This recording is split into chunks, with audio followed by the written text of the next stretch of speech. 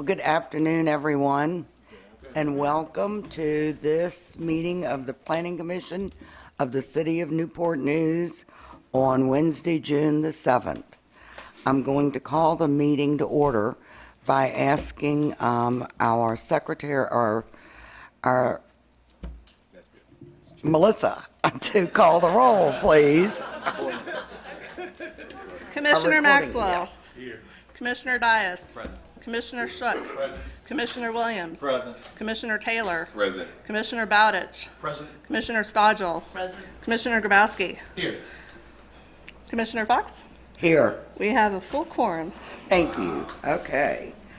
All right, and now I would like to ask Commissioner Taylor if he would share with us the Planning Commission mission and approval of the agenda.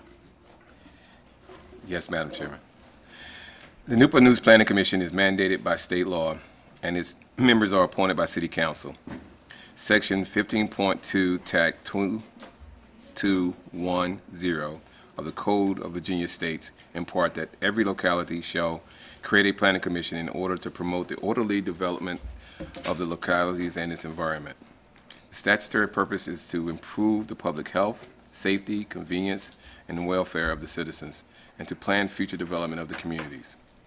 In serving the statutory purpose, the Commission invites the comments at public hearings of its interested citizens of matters before it, and welcomes your presence.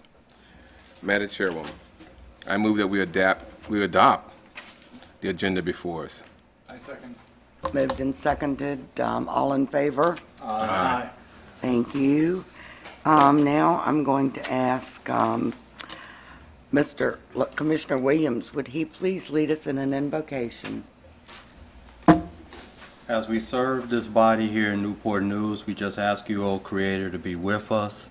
We invoke your presence to give us the wisdom necessary to make proper judgment and recommendations on behalf of our city. We thank you for this time of service, and we do all in your presence, Creator. Amen. Thank you. Commissioner Shook, would you please lead us in the pledge? I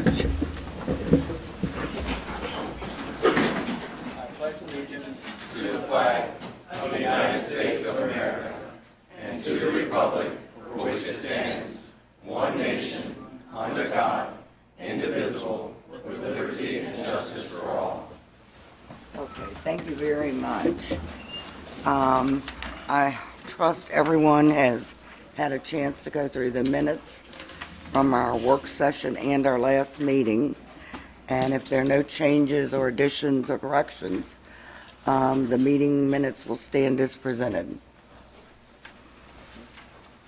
And now we are going to move into our first public hearing item, which is a change of zoning to CZ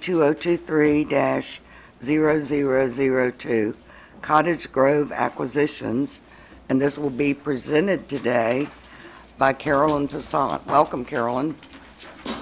Good afternoon, Commissioners. I'm happy to be here today to present this application, which is a request for a change of zoning from C2 General Commercial to R7 Medium Density Multiple Family Dwelling. The property is located at 5416 Jefferson Avenue and contains 1.03 acres. To the north, we have Master Auto Sales on property zone C2 Commercial, and to the south, Williams Auto Sales on property zone C2 Commercial.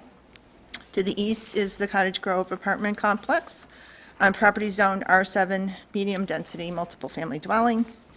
And to the west is the Truck Stop and Arch Mobile Home Park on property zone C2 General Commercial.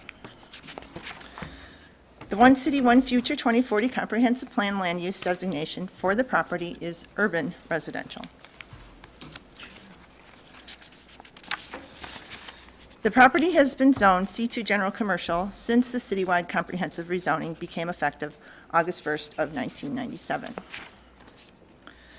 The zoning ordinance permits a property owner to offer proffers at the time of application for a change of zoning.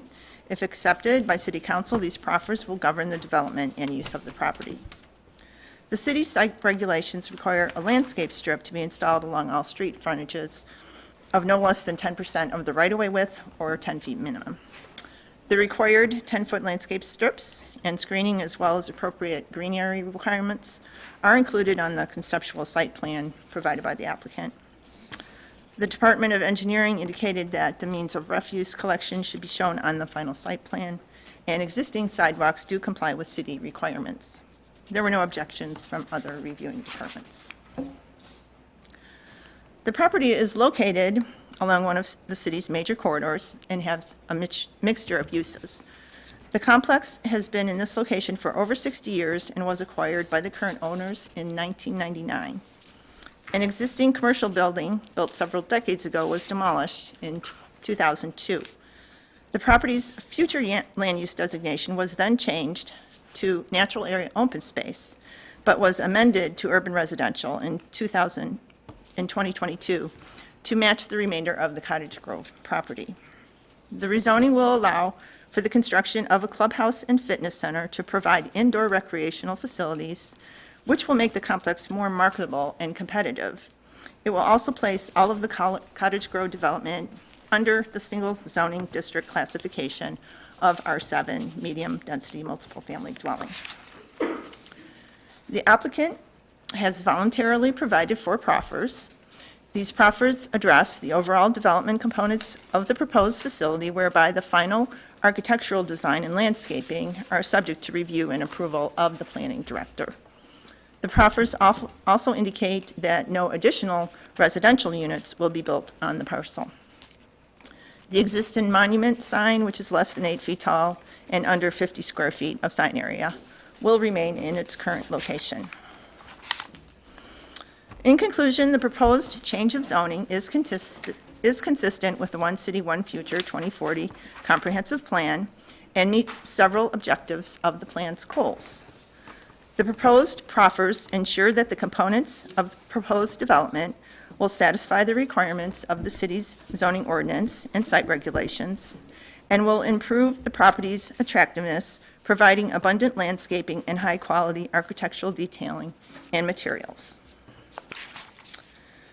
As such, it is recommended that the Planning Commission recommend to City Council approval of change of zoning CZ 2023-0002 for the property located at 5416 Jefferson Avenue from C2 General Commercial to R7 Medium Density Multiple Family Dwelling with proffers. With that, I'm happy to answer any questions you may have.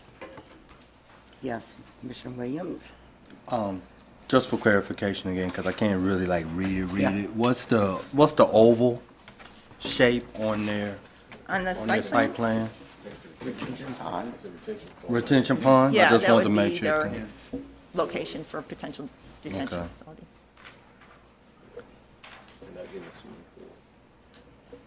Any other questions, Commissioners?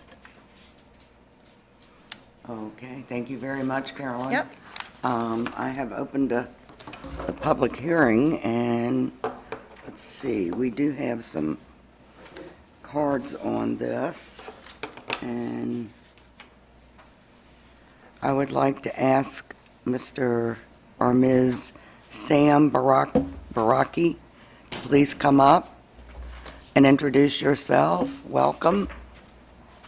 Good afternoon, Madam Chairman, member of the Planning Commission. My name is Sam Baraki. I'm the engineer working on this project. My address 5267 Greenwich Road in Virginia Beach. This property was purchased by my client who owns the Cottage Grove apartment a few years back, and the purpose of this rezoning is to be able to build a clubhouse with recreation facility and after-school kids service area. So they have learning programs for after-school for the kids who lives in the apartments as part of this 5,000 square feet building we're planning on building on this piece of property. Part of the conditions, as staff mentioned, that we're proffering that there is no additional building will be built, residential building will be built. This rezoning is strictly for the clubhouse and the recreation facility and it's a leasing office within the clubhouse.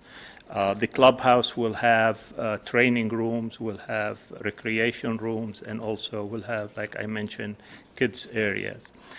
With that, I respectfully request that you follow staff recommendation and recommend approval to the City Council, and I will stand by to answer any question you may have.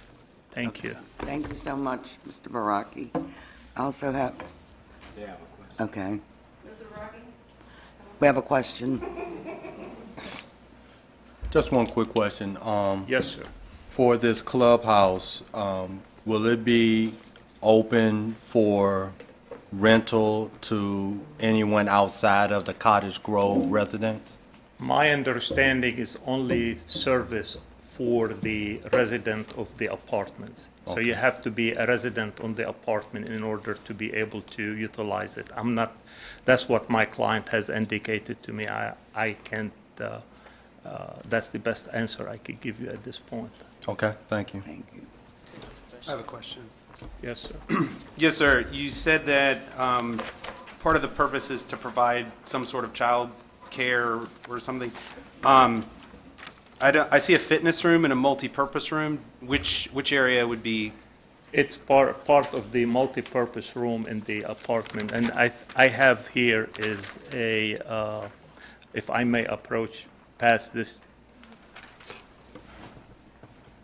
is part of the highlight for the purpose of the clubhouse, and this is the, what my client has put in toward their investors as the purpose of this building and as the purpose of this Do you want to pass it back? Mr. Taylor. investment. Okay. I have a question, Yes, ma'am. and this is probably going to answer my own question, but was there any consideration to move, and I understand the drive lane that you have between the apartment building and the site. Was there any consideration to try to move the building to the front on the corner so you had this continuous line from the apartments right adjacent to it, and then get your parking back more towards the pond, or? Yeah, we looked So at. you continue the line of the buildings when you drive in, because, I mean, it's actually an interesting little neighborhood, because it's a planned community, an early planned community, but it's a planned community. Yeah, I mean, we have looked at various issues, various layout on the site, and this came out the best circulation was if we move the building closer then, because there is a building, a maintenance building right behind where the one-story frame. Right. There is a maintenance building there. If we move the building closer to the intersection, then we can't access the parking. So where the building Let's is see, set. is it a 25-foot setback? Is that what that is, a 25-foot setback, and sort of, That's- sort of tuck yeah. it up against the setback? Yeah, that's correct. I didn't know whether you had enough drive lane if you tucked it right tight to the setback. We looked at that possibility, and it wasn't a possible things to do. We looked at several variations, and we really felt that the additional landscaping, while there's parking there, it's not going to be visible because of the landscaping that they'll be providing. Plus, they have other things and structures. They didn't want to move their sign. Right. You know, there were other issues that would have been brought to light if they moved the building. So this, keep in mind, it's a rezoning. It's not really, Right. Okay. those things will be dealt with at site plan. Okay. Thank you very much. Thank you. And I also have a card from Mr. Thomas Rettenauer,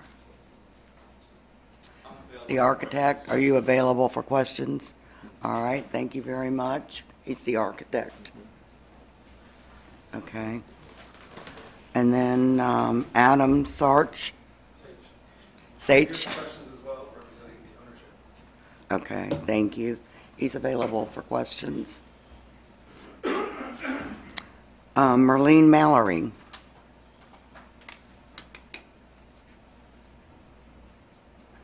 Marlene Mallory? I'm sorry, I wrote down the wrong number. I'm here for the other. Oh, you're not here for two. Okay, thank you. Here. Which one are you here for? Okay. Okay, that's all the, That's all the cards I have on this first case. So I'm going to close the public hearing now. Matters before the commission. Okay, Madam Chairman, Madam Chair, I move that change of zoning number 2023. 2023 0002 be approved. Second. Moved and seconded. Discussion? It's nice to see, it's nice to see a nice building with nice materials. That's a nice little neighborhood back there. It's a nice little planned community. If you, I'm kind of a map nerd, so I always look at maps. And when you see things laid out like that, it's just really nice to see. And it's certainly an upgrade. Well, Melissa, Yes, ma'am. I guess you can call the roll, please. Commissioner Maxwell, 4. Commissioner Dias, 4. Commissioner Shook, 4. Commissioner Williams, 4. Commissioner Taylor, 4. Commissioner Bowditch, 4. Commissioner Stodgel, 4. Commissioner Grabowski, 4. Commissioner Fox. 4. Motion unanimous, 9-0.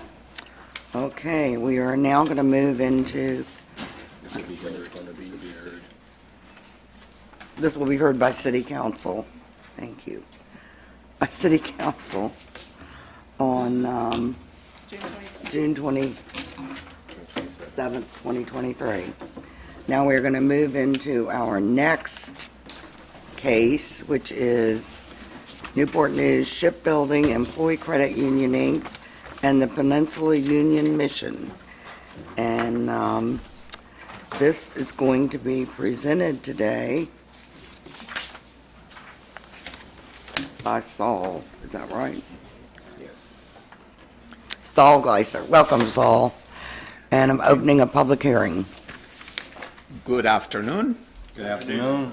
We have application CU 2023-0001 by Newport News Shipbuilding Employees Credit Union Incorporated, which is the owner, and Peninsula Rescue Mission, who is the applicant. They are requesting a conditional use permit to allow for the operation of a group home B. The property is located at 9308 Warwick Boulevard and contains 1.33 acres. North of the property is Burke's Bookkeeping on Property Zone 01 office. East, we have the CSX Railroad on Property Zone M1 Light Industrial. South, we have the Amtrak train station on Property Zone C3 Regional Business District. And west, we have Huntington Park on Property Zone P1 Park. The One City, One Future 2040 Comprehensive Plan land use map identifies regional commercial uses for the parcel. The property has been zoned O1 office since the citywide comprehensive rezoning became effective on August 1st of 1997.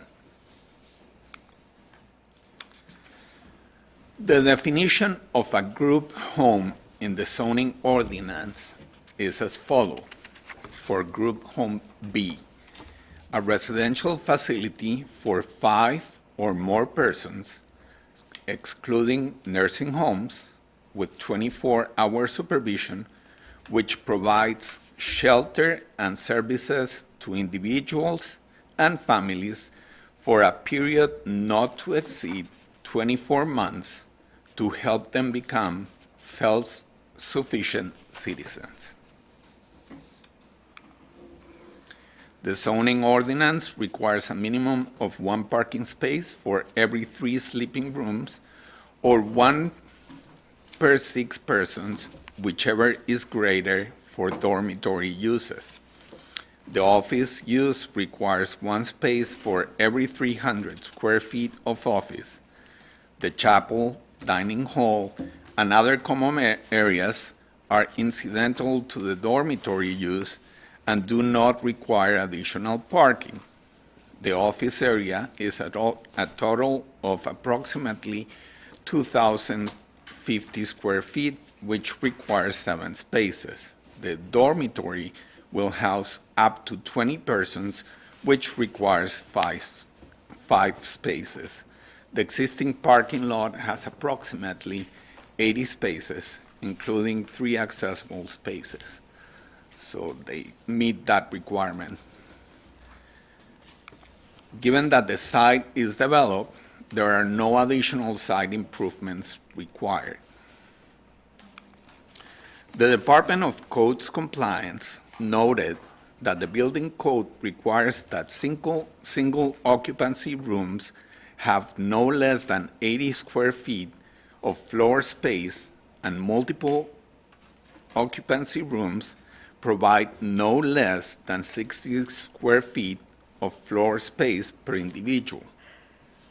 In a group home, there should be no more than 2 people per room, which means that the double rooms will have no less than 120 square feet of floor space. The proposed plan shows 10 2-bed sleeping rooms with a minimum of 155 square feet of floor space, meeting these requirements. The building official noted that all public areas and rooms should meet accessibility requirements, and for institutional uses such as the one being proposed, a commercial kitchen is required. The fire department specified that all requirements as prescribed by the SFPC and USBC regarding fire and life safety systems must be met. That includes a sprinkler system, fire alarms, and a planned accessibility for all floors. Other city departments had no objections to this request. The property was developed as a professional office in the late 1970s.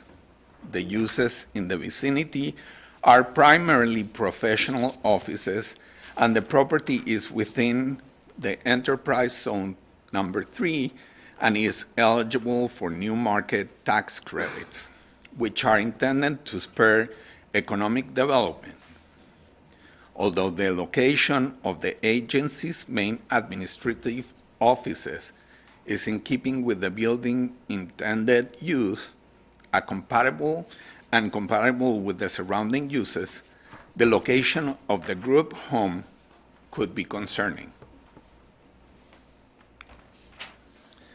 This section of Warwick Boulevard is an entrance to the city that has seen a surge of homeless activity, given the proximity of the day services center, the availability of full restrooms at the Y, and the public park across the street. The location of a new facility geared to the homeless population has the potential to exacerbate the gathering of homeless along the corridor. Although the location is not adjacent to any residential neighborhood, the area is between the city's 2 historic districts. These neighborhoods could be affected with the influx of the homeless population in a concentrated area.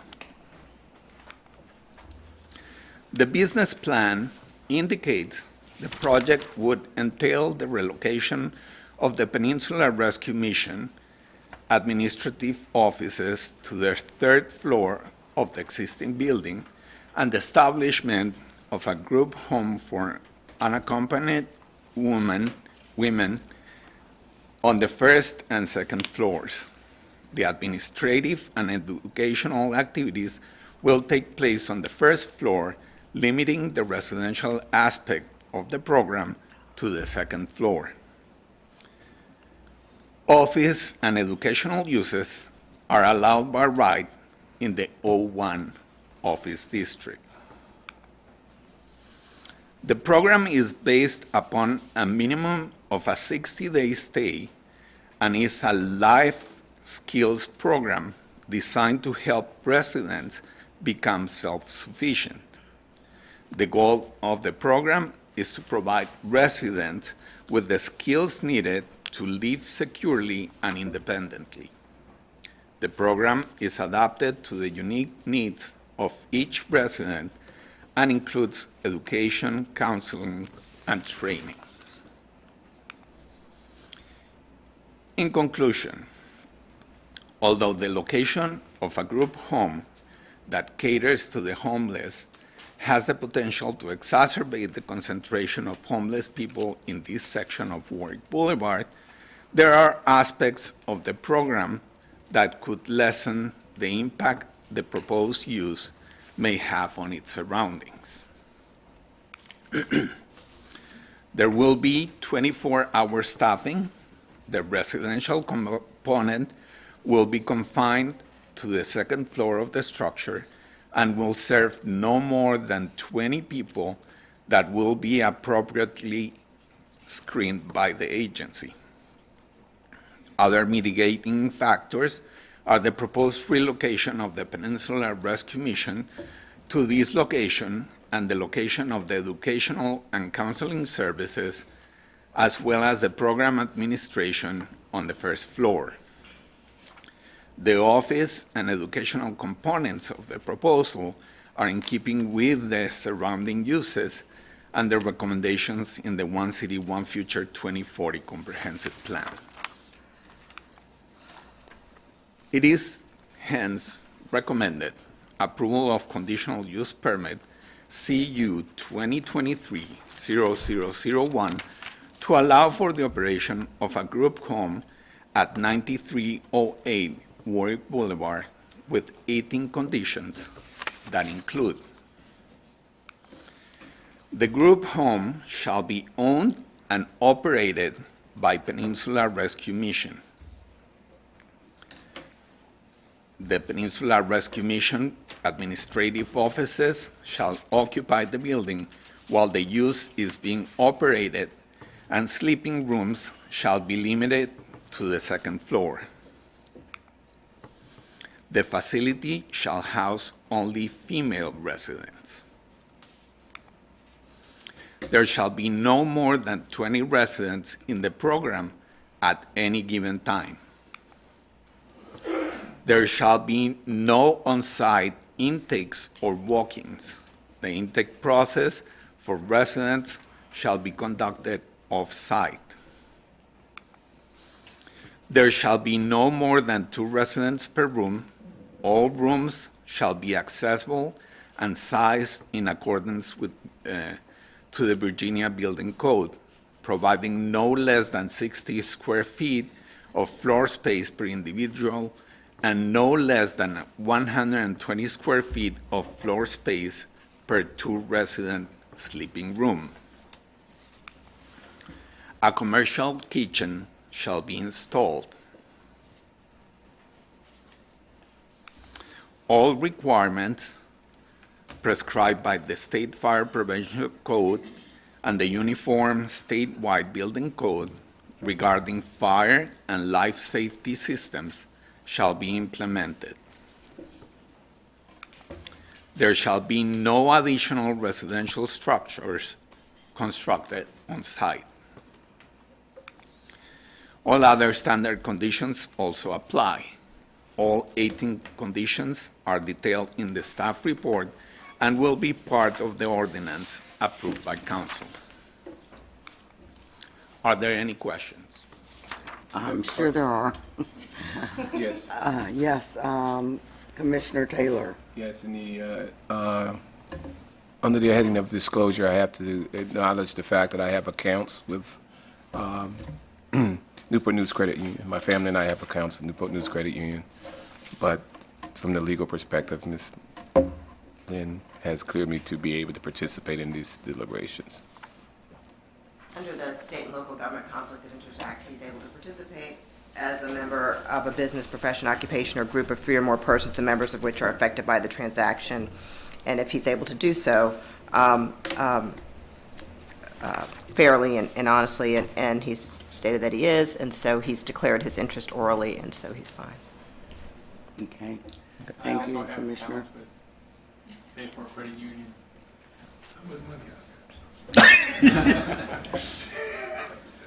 You simmer down. Okay, I have a question. okay, yes, Before you open up the public hearing? yes. I've already opened Specific, it. I just want to make sure it's reiterated. Parks and Rec didn't have any concerns with potential influx around, in and around Huntington Park as part of this project? They did not. What did you say? They did sorry. not? Okay. I have a question. You mentioned the enterprise zone, that this facility or this parcel is part of an enterprise zone? It's in their enterprise zone. Okay, Yes. so is it eligible for any type of tax credits as a Peninsula Rescue Mission operation? I don't think that for that type of operation is, that's not what the program is geared for. Okay, that's what I was, yeah. Okay, What, did you? I did. I was just wondering if Parks and Rec didn't have any concern about the homeless population there. Where is that concern coming from? The concern is based on the fact that we are seeing an influx of homeless people around that area.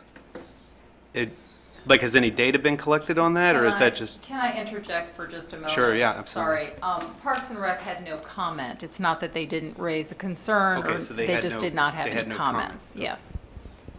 But has there been any data collection at all in regards, or is it just sort of like the city staff has seen more? While I People cannot gathering give- in that yeah, I area. cannot give you statistical information from other, the people that actually have that statistical information have noted to planning, Okay. just in general, that we are seeing an Okay, influx. perfect. That's all I wanted to know. I have a question, I'm sorry.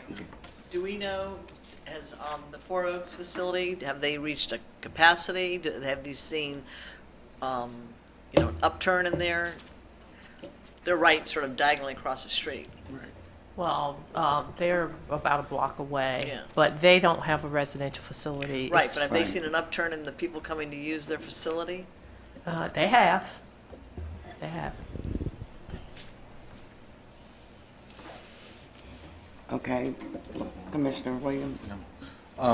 As part of the presentation, was there any type of formal security plan? I don't know if I need to ask you, Saul, or ask who's going to potentially be using it. Was there any formal security plan? So they will have 2 staff members 24 hours a day. I don't know if that answered your question. And they are intending to put a sprinkler system, so that will take care of the fire department concerns. I have another question. And this might be a question for the owner, or did they give any kind of program, like day in the life, what will happen to the resident? We have been trying to get I think. Yeah. specifics on the program. The applicant said that until they know for sure that they are going to be able to have the program running, they won't be able to give us the specifics on the program. Okay.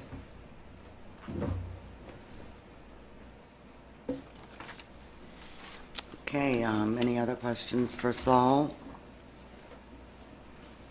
Okay, thank you very much. I'll be right here. We have a number of cards on this. And the first one that I will call to speak is the person speaking for the applicant, Mr. Tim Trant.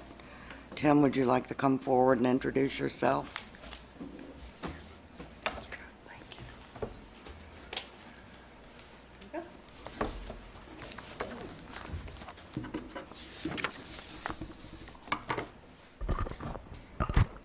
Very seldom do I have to raise the microphone when I approach the podium.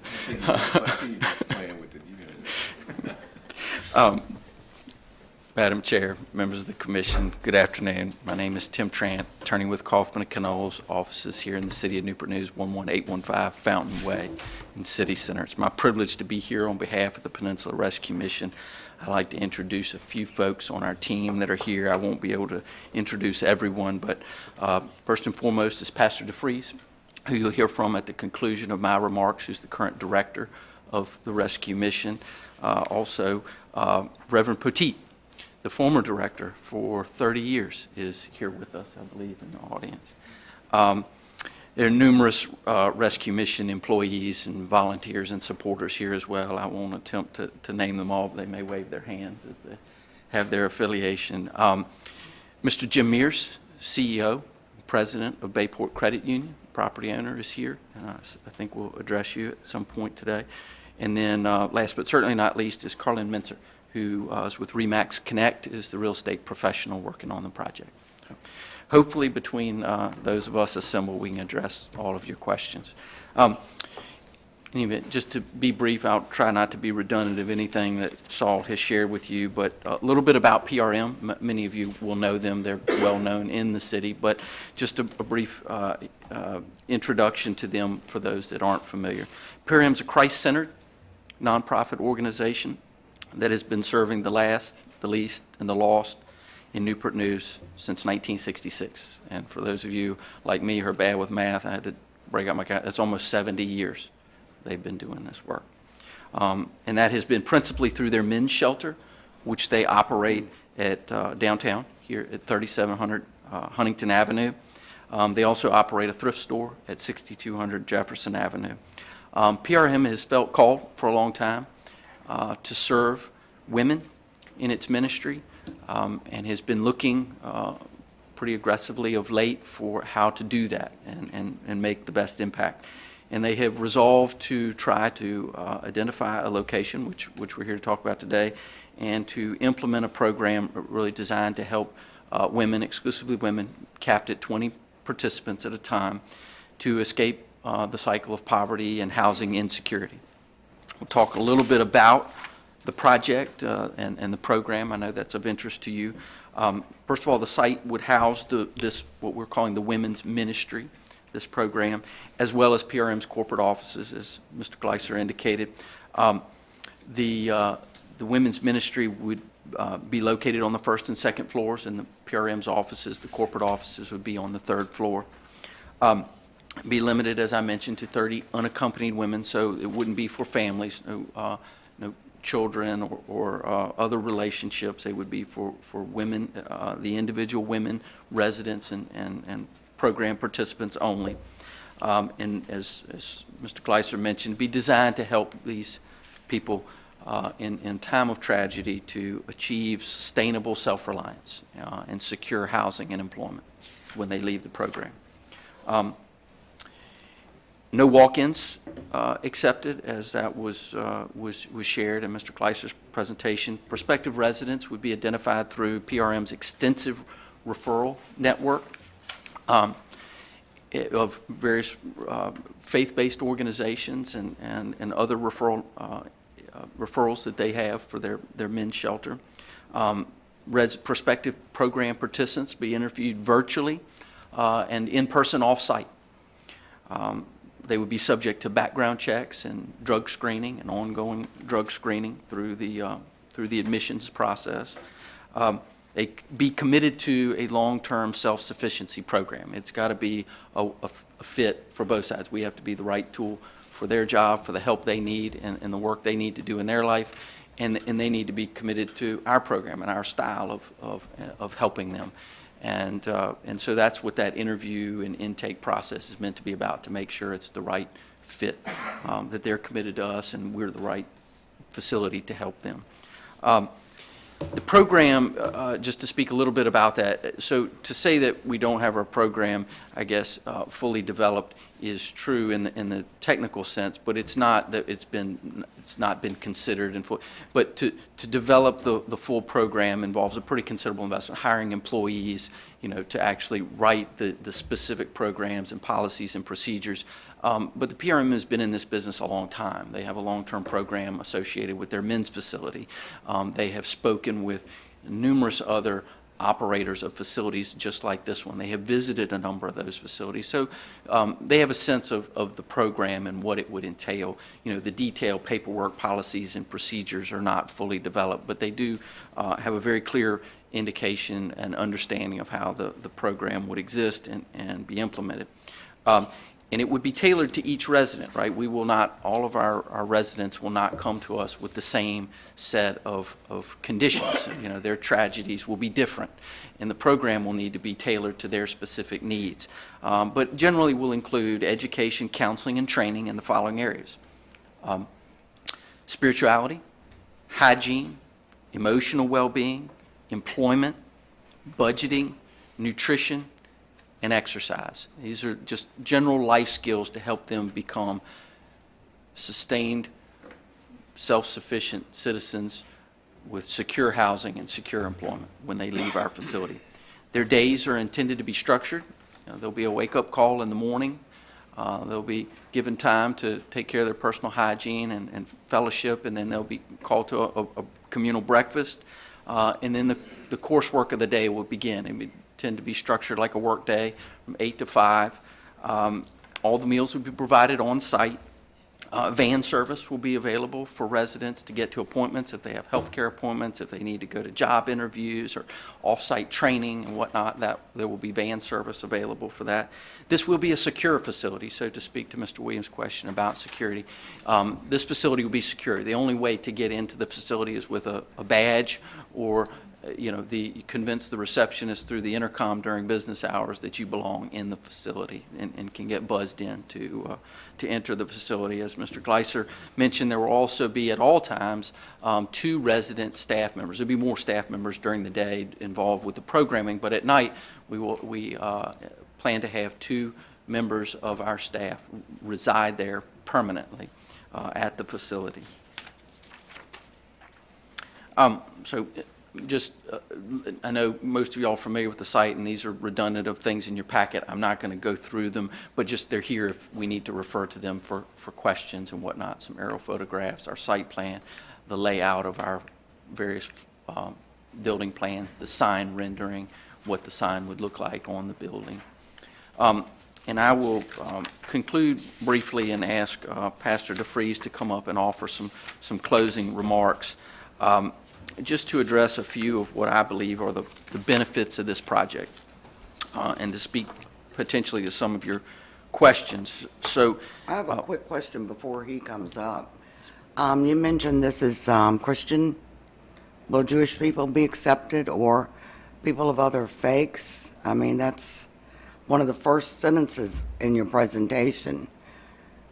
Yes, it is. I was being candid with you that the Peninsula Rescue Mission is a Christ-centered nonprofit, but yes, they do not discriminate and do not intend to discriminate in this facility against people of other faiths. And Pastor DeFries can speak to that. Speak to that. Yeah, that's not a criteria for admission. Sorry. I thought he was. Oh, I'm sorry. I apologize. Yeah, maybe if I could just, if you bear with me, I'm sorry. I just get through the comments and or through our formal remarks, and happy to try and address any questions you have. One of the concerns of staff, and as you see one of the first bullets on my slideshow, is that there are no negative impacts on adjacent properties or the surrounding area, and there's a concern that there's an increase in the homeless population in this area, totally unrelated obviously to this project. It's not there yet, and that somehow this project could be a contributor to that. I would respectfully submit to you that just the opposite is true. This is a secure facility. There are no on-site walk-ins. There's no attractant associated with this facility for the homeless population. In fact, I will go so far as to say that if a conventional business were to relocate here, one that didn't require any special approvals by this board, an office use or whatnot, that they would occupy this building, which would be good, it's vacant, and there would be absolutely no impact, positive or negative, on the homeless population in the city of Newport News. None, I would submit to you. If this facility were to go here, there is the chance, pretty good chance, after 70 years of experience in working with this population, that the homeless population in our area may decline. May only be by a handful of people, you know, those 20 people that go through our facility, and we're not naive enough to expect a 100% success rate, but it is the possibility that the homeless population in our city will go down as a result of this facility. A conventional business will not have that effect. It's an adaptive reuse of a vacant building, which we hope will, you know, be a contributing, to help contribute to the character of the corridor. And it's one of the few programs in the city aimed at really ending, as opposed to treating, you know, on a emergency basis, but really trying to solve and end the cycle of poverty and housing insecurity. And last, I would just say, I know that with these applications, we tend to focus on the technical components of a proposal, which are very important. And I believe most of us also consider these applications on a higher level and try to assess how our decision may be judged by history. And it, you know, in hindsight, you know, if I go by this facility 5 years from now or 10 years from now, will I feel like I still feel like I made the right decision. And I think that's natural. I think it's appropriate. I certainly do that as I take on these cases and bring them to you and think about what I'm going to say. I heard a fellow senator say something recently that I thought was fairly profound. He said, out of great tragedy can come great testimony. And what the Peninsula Rescue Mission proposes to do with this project is to help people in tragedy create great testimony. And the beauty of that testimony is that it not only helps the people that have it, that uplifts them, but it has a ripple effect on everyone around them and the community at large. And my humble plea to you or suggestion to you is that if you're inclined to support this project and you go by there 5 years from now, 10 years from now, you'll be able to take solace in the fact that the aesthetics or what you thought they would be, it's still a good-looking building, it's still a low-impact use, it's not having negative impacts on the surrounding properties. It's in keeping with the character of the area. But you'll also be able to take a little bit of, hopefully, pride in the fact that all the testimony that's been created over those 5 years. Turn it over to you, Pastor DeFries. Okay, wait. I have a question. Tim, are you saying you do not want us to ask questions? Oh, no, we intend to be here and available for questions. Just Pastor DeFries and he wanted to share with you as a part of our presentation. Did he fill out a card? He's part of your presentation. I know, but he still has to fill out a card. And he still needs to remember to limit his remarks to 5 minutes. Your presentation, we didn't ask you to. I'm sorry. That's my fault. We were No, tag teaming the applicant's presentation. Yeah, we want to give the applicant as much time as possible. You're representing the applicant, and we just need a card and Yes, ma'am. allow I just him to thought it speak. important to the commission and the public to hear directly from Pastor DeFries. Right. He can still follow you. Tim. We had a question for Tim. Okay, we have a Yes. question for Tim, you. real quickly, and I may have missed it in the writing. Women with children. No. No, they would not be admitted at the facility. Okay. Would they be allowed to visit? Would children be allowed to visit? That would be a question for Pastor DeFries. Tim? Yes, ma'am. Thank you. And I apologize for interrupting you earlier. I didn't. You're fine. I didn't realize. So my question is this I know that this program, I guess, is not developed, but is this accredited by any body or organization? Is there any, governing organization that's I got you. Enforcing standards or practices, anything like that? Any national board? No, this facility is not one that would be licensed by like the Department of Behavioral Health or Social Services. No, this is would be a no private oversight. facility. Oversight by the PRM and their board, By which has been conducting this type of ministry for almost 70 And I years. have a follow-up question on that. So there's no plan or program developed, but they've also been doing this for 70 years, but there's no program developed? So those things kind of seem at odds to me. It's also interesting that there's no oversight except by themselves, and I mean, so could you speak to that, like, with 70 years of experience, but also no program, could you make that Sure. make sense to me? Yeah, absolutely. So the work that the mission has done for almost 70 years has been providing a shelter.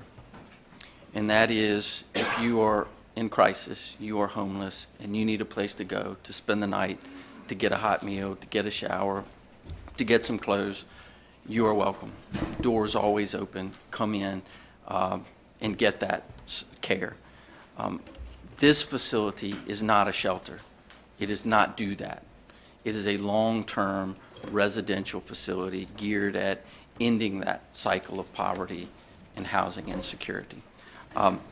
The mission operates as a part of its men's shelter, a long-term program. It tries to identify men that are open to trying to change their lives and are willing to commit to a program of rehabilitation to build sustainability, to get out of the tragedy, the crisis that they're in. So that's the experience they have. That program, what they do in the shelter and what they do with their men is very different than what they're proposing to do here, right? So really, they don't have 70 years of experience in this particular area. They have sort of like adjacent experience. Fair, yes. Okay. And are they licensed by the state or licensed by the Department of Social Services? They are not, no ma'am. Okay, thank you, Tim. I know you want me to call Pastor DeFreeze up next. If you could please come up and state your name and address for the record. Good afternoon. My name is Alan DeFreeze, and I live at 15059 Turner Drive, Smithfield, Virginia. So again, not to be redundant, and I look forward to fielding your questions here in just a moment, but just a quick little shot. Beginning in 2021, it became very real to us that we needed to expand what we do. We had the know-how, we had the reputation in the community, and we began seeking out with our staff and board of directors what the greatest need would be. And unanimously across our board and my staff, the heart was clearly for reaching out to women in the community. And so initially we didn't know what that meant, women or women with children. We weren't really sure. And so the research then began, and I can go into detail about the research that led us to this point, if you ask me to. But suffice it to say, the research led us to learn that for women who have children, there seem to be resources ready and available. For women who are fleeing domestic violence, whether they are alone or whether they have children, there are resources available. But for this very specific niche of women who are unaccompanied, meaning they have no children depending on them, they are not married, and they are not fleeing domestic violence, that is a group of women whose needs are largely unmet. And so that was the place that we decided to focus, which is why it's all single women residents, two-person rooms, and so forth. So, you know, the confirmation then that we begin to look for, is this the right direction to go? Is this really where we should be focusing and spending our resources? It came really through the research, huge confirmation there. Further was the building. The building is, for us, is really ideal. We need 2 floors, at least in that size building, to do both, to feed them, to have our offices, the women's shelter offices. We need an entire floor just to house them with bathrooms and laundry facilities and so forth. And then it would finally provide for my staff a 3rd floor so that we can move out of the old bathrooms and closets where some of my staff sit today in our current building. So checks a lot of boxes. That was confirmation. The other was just the overwhelming support and excitement from our community of supporters. As they heard this, we began to hear their own stories of how they understand this is an unmet need in the community, and so the support, even the financial support that's already come forth to fund this project, has been remarkable, overwhelming. And then lastly, just an ongoing confirmation that we see every day, and we start in early, mid-2021, we began keeping a list of the calls that come to our men's shelter from women looking for shelter. And at this point, we have to tell them the housing hotline, that's the place to go, because we don't have anything that we personally, as the rescue mission, can offer them.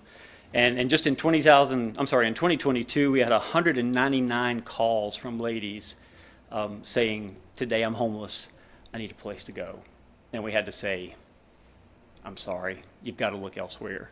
This year alone, we're just into the beginning of June, we've already had 131 calls. And the answer is the same. There's just nothing that we can offer you. So I do want to say, and I should have said this when I stepped up here, but I'm new at this and I'm nervous. Thank you all for the attention that you've already given this project. We are grateful for that. And I will certainly answer any questions. I got one question. Yeah. My question is centered around the question that was posed to Tim earlier in regards to the governing body and how you're governed. My question is, it was clearly stated that it's based on your board. So can you give me an idea, or give us an idea, how the makeup of your board and their backgrounds? Sure. So our board of directors is a volunteer board. We have 14 spots. We currently, I believe, have 12 of those spots filled. There are 11 men, 1 woman. The other 2 spots are reserved for women as we move into this new phase of women's ministry. We understand we need to diversify our board. They are businessmen and women from around the community. Most live on the peninsula, 1 lives on the south side, 1 in Williamsburg. But none of them have the background that we're concerned about, like in social service or anything like that? No, sir. No. Do they all live in Newport News? It didn't look like from the list. No, not at all. They're Yorktown, Newport News. Actually, 1 lives in Smithfield. They're all over the peninsula. And the reason I asked the question, obviously I can read it myself, but for the public to understand, those that are not in the room and have access. Of course. The governing body and what it makes, and who's makes that body up, that governs what you guys do. Right. Well, and following along right his train of thought and mine, are you going to take women in that are not from or in Newport News? If somebody calls you from Chesapeake, are they going to be able to enter this program? Again, those are some of the nuts and bolts details that we haven't worked out. We are new to women's ministry. This is new to us. It's not new to rescue missions across the country, and so we are leaning on them to understand and get help with these kinds of questions. So I don't want to lock myself into a commitment by my statement, but my guess is if we had space and empty beds and a lady from Chesapeake reached out and we did the intake and she was a good fit, we would absolutely want to see if we could help turn her life around. Okay, that, I got a question here. go ahead. Go ahead, did you have a question? Yeah. Yes.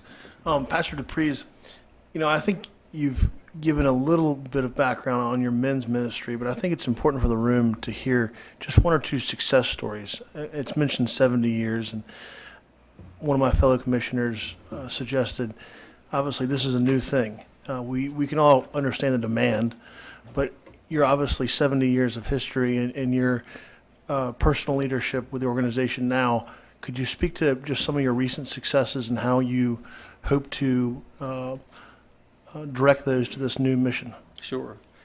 And we're good till about 3:30. Is that right? No, I'm kidding. These are my favorites. So one that we love to share is a gentleman named Mike Cooker. Mike was born in New Jersey. His father passed away when he was 14, and Mike worked, dropped out of high school, went to work on the fishing boats off the New Jersey shore. And I don't know how this works, but one day as he was a much older adult, he had lived a rough life. He would get his money when he came off the boat and go and blow it on drugs and alcohol and all the hard things. Was estranged from his family. Had still his mom and 4 sisters that were living in New Jersey, but separated from them. Somehow the fishing boat he was on docked in Seaford, Virginia, and something spurred Mike when they landed in that little Seaford dock, again, wherever that was. He said, "I'm done. I don't want to do this anymore." And so he steps off and he makes his way up to Route 17. He has no idea where he is. It's cold. Someone stops and checks on him, says, "You okay?" He says, "I got nowhere to go. Don't even know where I am." They said, "I know a place." So Mike comes and checks in at the rescue mission, and within just a few weeks, probably just a couple of weeks, joins that long-term program. Says, I want to turn my life around. And Mike was just ready for this. So Mike joins our program. It was under the direction of Reverend Poteet at the time. Interviewed with him, and Mike came on the program. And then just a few weeks after that, I was in the office next door, and I heard Mike come in, and he shared with Reverend Poteet that the night before, in his little room, he had given his life to the Lord. And from that point forward, Mike's life changed. He was a different guy. His last name was Cooker. He was actually an accomplished cook. And so we hired Mike after he completed our long-term program. He came on our staff, and he became our cook. And he was remarkable. He was loud, a little rough around the edges, but man, he loved the volunteers that came. He was bold, sharing with people what the Lord had done in his own life and how his life had changed through what PRM had done. And through time, Mike reestablished his connections with his family. He made trips back home to visit his family. My wife and I actually traveled up to meet his mother because we had heard so much about her. And then as his mother's health failed, Mike left our employ, returned home to care for his mom for the last 2 years of her life. And in his words, "I finally became the son I'd never been." So it was a powerful story. Ultimately, Mike returned to the mission and came back and joined us. And he was just sort of struggling after his mom passed away. But he also hadn't told us that he was very sick. He had leukemia had overtaken him. He never told us. But one morning, one evening when the fellows came back in, they found Mike had passed away in the same room, probably where he met the Lord. So that's just that's one of our favorite stories, Mike Cooker. I've got more. Thank you. Well, one's probably enough. I want to say, first of all, thank you for stepping up and doing something. We keep the homeless November through March at New Beach Grove, and it's strictly for the homeless, and Link, they run it. And I'm familiar with what you do with the men's shelter, and that's commendable because a lot of times I don't have anywhere to send the men. But I know it's a new program you're going to do. It's a new venture, pretty much similar to the Men'sville House, because we send some of the women over there to make sure that they get the tools in order to be able to take care of themselves. Also, the Natasha House as well. So I know you have other people that you can talk to help you make sure it goes well. And I just want to say thank you for stepping up and doing something. License or no license, no one really is stepping up because we definitely have a homeless crisis. And for you to give them some tools in order to be able to take care of themselves, you're giving them a hand up and not a hand out. So I commend you for what you're doing. Thank you for your boldness for even coming before the commission, and thank you for your work. Thank you. Do you have a question, Mr. Williams? Yes. I know you're still working on how your operations will handle, but basically what would be what you would consider the framework for visitation policy? Sure, that was a great question, and maybe I'll cover this in the process. So the idea that they are alone, that there are not children that are their legal dependents and they're not married, our assumption and we may discover this is incorrect, is that they really won't have, and typically it's what we see, they really won't have a large network of family and friends with whom they're in touch. The goal would be, if there is family from whom they are estranged, one of the processes that we would love to lead them through is restoration to those family members. So what would that policy look like?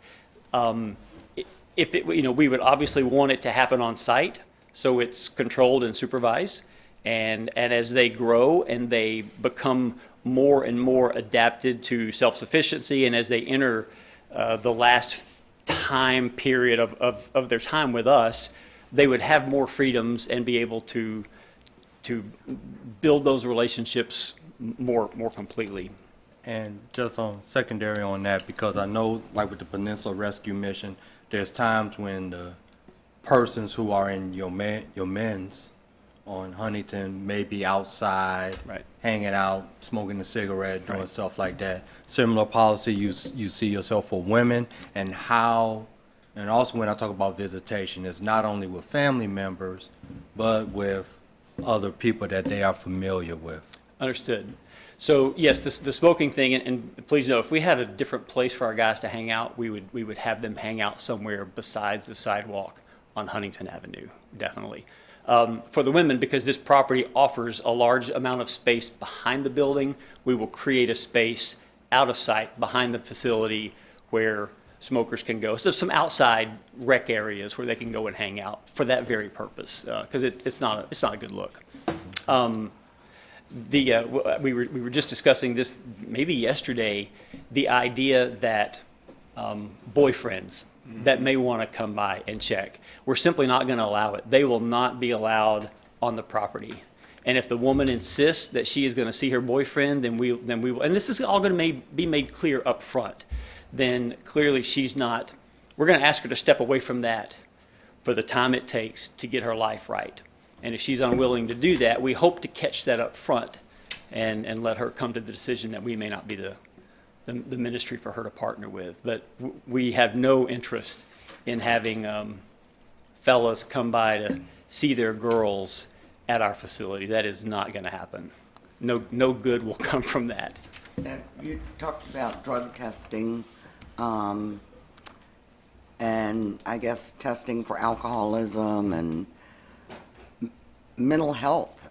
How are you going to determine, when you do background checks, the mental health of the applicant? That's tough. That's a hard thing. We hope that the interview will just give us a sense of how normal, how well adjusted an individual is. They may be able to share with us their own diagnosis, and through that, again, this interview process is going to be so critical. We hope to get ahead of that, because we are not mental health professionals. We're not licensed. We're not. We are followers of Christ, ministers who look to the scriptures for counsel.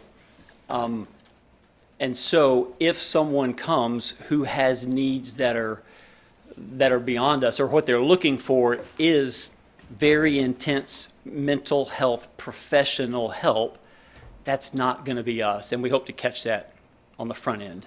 So are you going to require people to become Christian or convert or take baptism, or?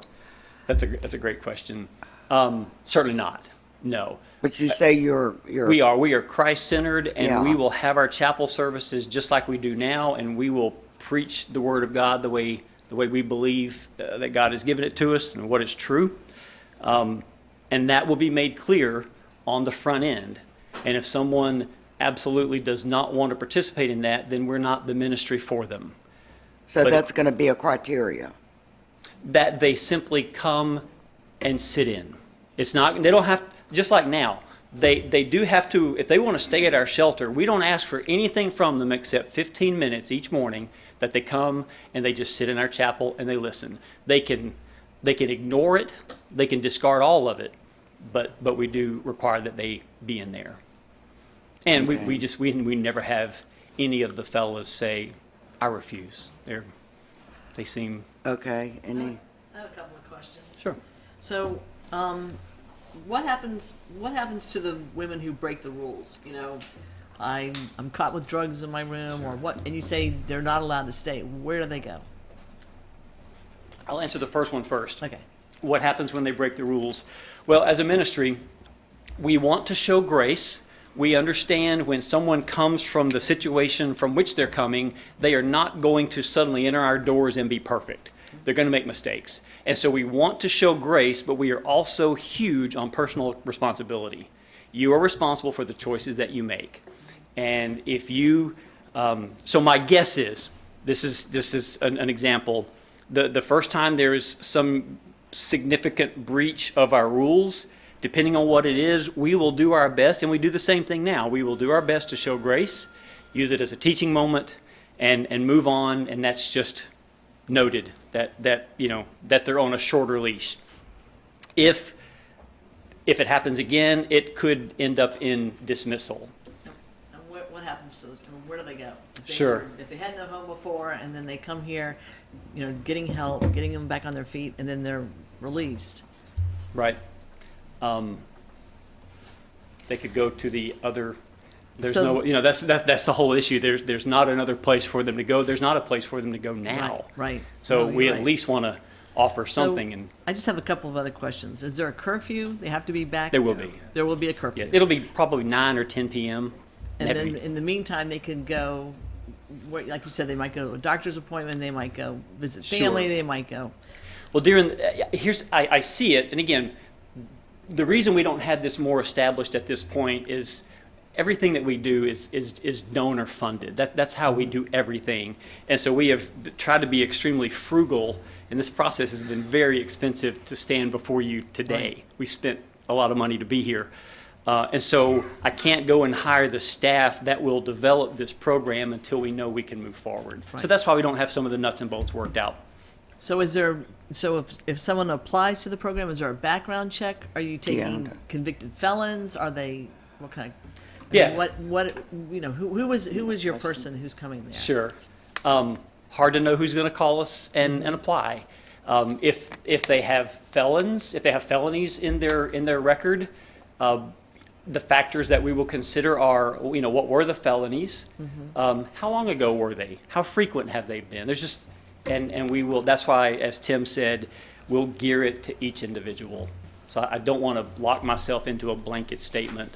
And then on their on-site drug searches in their rooms? I mean, Yes. gun. It will be, yes, we will, when they come into our program, and they're going to know this up front, we will reserve the right at any time to pat down their personal items for anything like that. That's how we operate now. It's why our men's shelter just has no incidents. The guys understand it's a tight ship. Are you? Yeah, because you're talking about being on a tight budget and everything, which I totally understand. Are you already seeking out, or do you already have other service providers in the area to be ready to help with this type of service, since you say you're so new at it? Not just For yet. example, Free Kind or Sure, something but like we that. will. Like, for example, Thrive Peninsula, used to be Duco.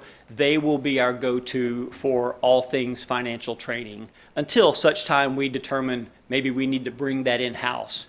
But we do plan on using other partners in the community who are already better at those things than we would be to use those. But we have not established those formal agreements yet because we're just not there. Did you have a question, Jim? Yes, ma'am. I just have like 2 or 3 more, and then I'm done, Pastor. The first one is I didn't get to slip it in before we moved on. With your board, who appoints the members of that board? That's a good question as well. Our most recent board member came to us as a volunteer. He retired, served in the kitchen. He's in the room today. And he just became involved and fell in love with the ministry. And then he approached me and said, if there's a way that I could serve in a greater capacity, I'd be interested in doing that. We had space on the board at the time. So I then meet with the board president and maybe one of the other board executive staff, the vice president or secretary, and then we will meet with him and we just kind of have an informal type interview that we go through. Really at that point, for our board, we are not looking for specializations in mental health or social services. Sure, We are yeah. looking for men who have the heart to serve the folks that come our way. So that's, we do it, we do it. Essentially, though, the board appoints its own Yes. members. That's, okay, and that's, I sorry. mean, that's, I know it's no, like no, a that's long- fine, and that's a that's, I long mean, that doesn't seem uncommon to me. Tim, do you have another one? Yes. In your men's facility, could you speak a little bit about the qualifications of the staff there? Sure. Depends on the role. We have, that serve directly under me, there are 3 directors, an operations director, a men's ministry director, and a development director. And all 3 of those individuals were interviewed at a very high level, and they need qualifications that make them fit that job. On down the line, we have our kitchen manager, who is in the room today, and she's remarkable. You know, she came to us from the Navy as a culinary specialist in the Navy, so she's well suited. And all the way down to the guys that maybe work the front desk and answer the phone. Many of them have checked into the facility on their own, and they have come through our program and have done very well and graduated at such a time that we had a place and a need for their skill set, and so we brought them on as well. Okay, great. My very last question is just, have you at all in your whole career, I mean, obviously going back to the 60s, there's not going to be as many national organizations as there are today, but have you all looked to affiliate with a national organization that does something similar to this? I'm sure there's even like faith-based national programs like this. Those definitely exist. No, we enjoy our autonomy.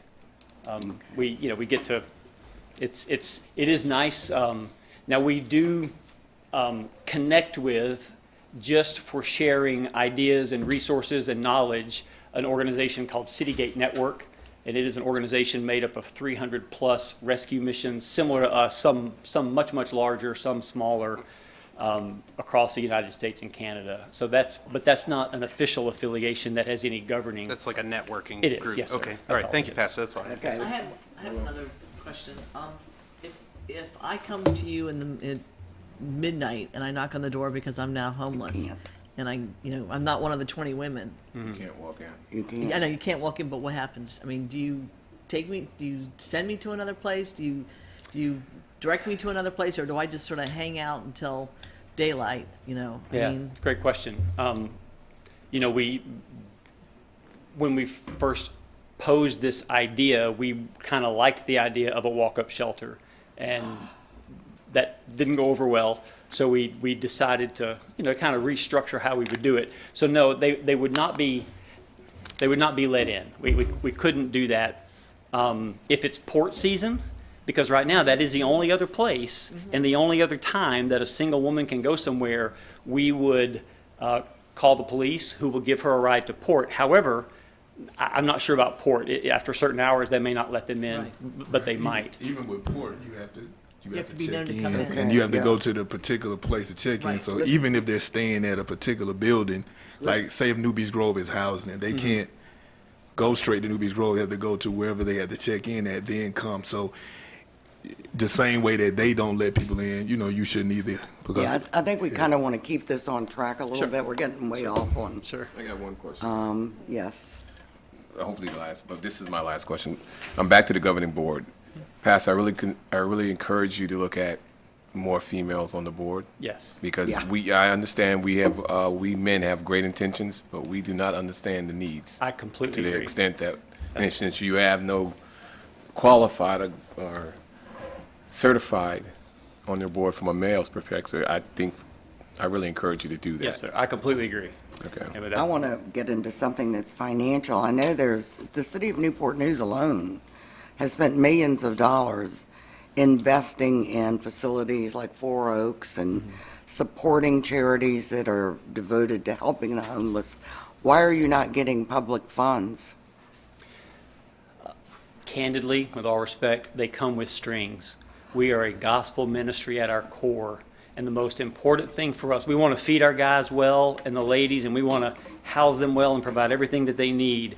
But it is our core belief that the only time life will ever make genuine sense is when it is surrendered to the Lordship of Christ. Okay. And that's why we remain separate.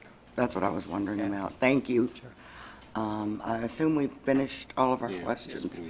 Okay, we're going to go on to our next speaker, Jim Mears. Jim Mears, please come ahead. Give your name and address. You have 5 minutes. I won't take 5 minutes, I promise. So I'm Jim Mears, address 6012 Spinnaker Cove Court, Suffolk, Virginia, and I am the president and CEO of Bayport Credit Union, Newport News Shipbuilding Employees Credit Union, doing business as Bayport Credit Union. And I'm just here to support Pastor DeFries and his organization. Our address downtown, as you know, we're at 3711 Huntington Avenue, which is right across the street from the Peninsula Rescue Mission. They've been there since 1983. We've been there longer. I've been at the credit union for 29 years, and I just want to say they do a great job. We're right across the street in case there's any question about neighbors supporting them or not supporting them. We fully support them. We run a financial institution right across the street from them, full-service financial institution, and we're there to support them. That's all I have to say. Thank you very much. Any Next questions? speaker. Nope. Yeah, we're going to keep trying to move to our speakers. Our next speaker is Gene Keller. Would you please come forward? Welcome, Mr. Keller. Could you state your name and address? Gene Keller, 106 Prince William Road, Newport News. Chairman Fox and commission members, thank you for the opportunity to share my thoughts with you, and I strongly recommend you approve the conditional use permit for the proposed group home. I am a supporter of the Peninsula Rescue Mission and have seen the positive impact the Rescue Mission has had on many of the men that have sought their help and support. I live in the Denby-Jefferson area of Newport News. Last year, I noticed an increase in the number of men and women who were panhandling from the medians at busy intersections. It was an unsafe condition, and I think the signs that the city has put up discouraging drivers from giving money was the right thing to do. Now some have moved to more or to less congested areas.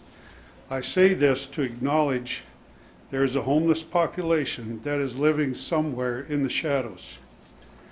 I grew up in a family with strong parental support and guidance, and I'm thankful to God that I always had a roof over my head and food to eat. So I have never walked in the shoes of those who are not as fortunate as me. I asked my sisters-in-law, they're down visiting my wife, a little bit of change for me to have 3 women in the house and retelling stories, but it's a great time. But I asked them if they were in the situation of being homeless, what would be their primary concern? They said, a secure place to stay where they could concentrate on getting their life back in order. And that is what this home will provide. A safe harbor where they can hole up for a period of time and receive compassion, guidance, and encouragement. The Rescue Mission has been an asset to our city in their mission of helping men, and I'm sure they'll do the same thing in their help for women. So I ask you to please approve the conditional use permit from the group home. Thank you. Thank you very much. Okay, Adrian Burden, please come forward. State your name and address. Yes, ma'am. My name is Adrian Welcome. Burden, and my address is 1402 Edson Terrace, Hampton, Virginia. And admittedly, I am new to the area here. However, my background is important to my recommendation for the approval of this request. My background is 15 years of traveling itinerantly and for nonprofits. I've partnered with about 200 of them, probably more so than anything. I'm really uber passionate about making sure that we eradicate sex trafficking, human trafficking, sex exploitation, and things in our area. With that being said, I was at the Four Oaks. I can buy your reference, Four Oaks. I was there today. I was there 2 days ago, and just having some conversations with some of the housing specialists, having conversations with others that are caseworkers that were there. And I guess I intellectually understood the fact that traffickers would be attracted to a place like Newport News, working with partners like Love Justice, the Tim Tebow Foundation, and others that do this on a normal basis. And because of the seaport, the airport, and all these modes of transportation, obviously it's an attraction point for those who want to exploit people that are involved in these, that are in tough positions. And unfortunately, when I was talking with Corey, who's one of the housing specialists, the resource coordinator that was there at Four Oaks, she was letting us know, letting me know, it's really just sad, really just after a certain time when they dismiss everybody from Four Oaks, you can just imagine the offers that come to the females that leave out, especially the unaccompanied females as they leave out of Four Oaks that want pimps and different things, picking them up. So what you find is obviously making an attractional point for them. And she says, I really wish I had a place to be able to send them after they left our facility. And unfortunately, Adrian, there is none. And so with that being said, I know that in our society today, no matter what the background is, religiously or whatever it is, I believe as far as a human alternative, a human imperative is to eradicate sex trafficking, exploitation, and things like this. And I do believe it's one thing to say, we should take care of something and do something. And I would say from a very different perspective that this women's shelter, I believe, would make a dent. I was doing some reading currently. In Virginia, we are number 20 as far as in sex trafficking, labor trafficking. We are number 14 in the country. Obviously, it could be worse, but if you read the Virginia pilot, you will even find specifically that Newport News, Hampton Roads areas is actually a specified point due to the rest of the geographical part of Virginia. So I do ask for there to be a recommendation to proceed. Thank you. Thank you. Next card is Lindsay Poteet. Please come forward and state your name and address. Welcome. Thank you. Madam Chairwoman and members of the Planning Commission, I am Lindsay Poteet. My address is 15079 Turner Drive, Smithfield, Virginia. For over half a century, I've had the front row seat for the Peninsula Rescue Mission's efforts to minister to the homeless here in Newport News. In the early going, I had a support role for 10 years under the founder and first director. Then for just over 30 years, I sat in his chair and led the ministry. And now for the past 10 years, I have had a part-time support role under the current CEO. Multiplied thousands of men, homeless men, have found a safe haven in our shelter since April of 1966. And just to get the math correct, that's 57 years. Thank you. I'm a numbers guy. While with us, they don't cost the city anything in policing, in incarceration, or in any other way. When under our care, they're not sleeping in somebody's doorway. They're not breaking into somebody's car. They're not breaking into an abandoned building, abandoned home. They're in our shelter. Many have gone on to become productive tax-paying citizens, and if the red light doesn't come on, I'll tell you one story when I'm finished with these thoughts. As the homeless demographics have changed, and I've watched them change over the last 5 decades, the rescue mission has adapted, taken necessary steps to meet those ever-changing needs. And I will say, as a former director, I've observed this current staff of leadership, and they have shown wonderful ability to make necessary changes as the needs change. They've done a great job with that. We're now seeking the opportunity to reach out to the large underserved population of unaccompanied homeless ladies. When given that chance, I have every confidence that this team will employ every available means to help these precious souls. Again, while they're under our care, they're not going to be sleeping on the streets. By the way, as I came up from 258 down this way, I saw at least 3 ladies with bags of stuff sitting under trees and bushes on Warwick Boulevard. It broke my heart. They will not have to resort to degrading behavior to get the money for a night's lodging and a meal when they're staying with us. And those who follow through with our guidance and our program will have the opportunity to return to society as self-confident, self-sustaining individuals who are not a drain on the city's resources. The ladies will be helped, the city will be helped, and everybody wins. Our mission statement is this: the Peninsula Rescue Mission exists for the purposes of promoting social welfare, aiding the poor and needy, and providing shelter for the homeless, and sharing Christ with those who seek the same. For many years, that statement applied almost exclusively to males because female homelessness was virtually unknown. That's no longer the case, as ladies now make up a significant portion of the homeless population. We want to enlarge our ministry to have our mission include them, and certainly we're seeking your help in that quest.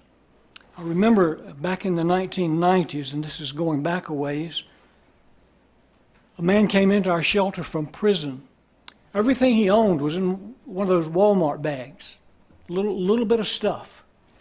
And in our shelter, his life turned completely around. He made some mistakes. We had to forgive him. We had to discipline him. But he finally got his act together. I attended the church where he was baptized, when he was baptized. I went to that church for his wedding. I got a call one day. His name was Don. I got a call one day, and he says, "Hello, neighbor." I says, "This Don?" He said, "It is." I said, you usually call me preacher." He said, "Yeah, but now I'm your neighbor." And he and his wife had bought a home down the street from me.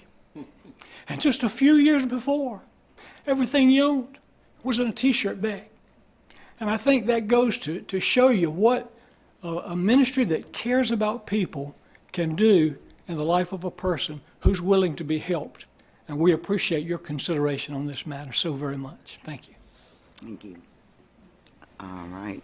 Next is Emily Coatney. Emily, please come forward. And I'm sorry to read you're homeless in Newport News, so you have no address to state. No, ma'am, my address is wherever I'm able to put my tent. Okay. My name is Emily Michelle Coatney. I'm 44 years old. I've been homeless in Newport News for the past 3 years. Before I was homeless, I was enrolled at Liberty University. I had to drop out of school because winter was coming. I had to sell my laptop, and I had to drop out. I recently enrolled in Hillsdale, where I'm able to use my phone with a simpler computer program and to complete my mission of graduating college.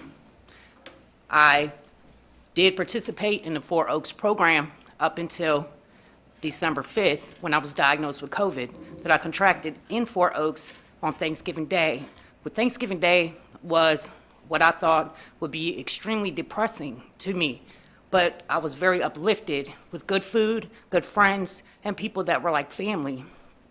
I did not know that I had contracted COVID until December 5th, which was the first day that I ever thought that I would die.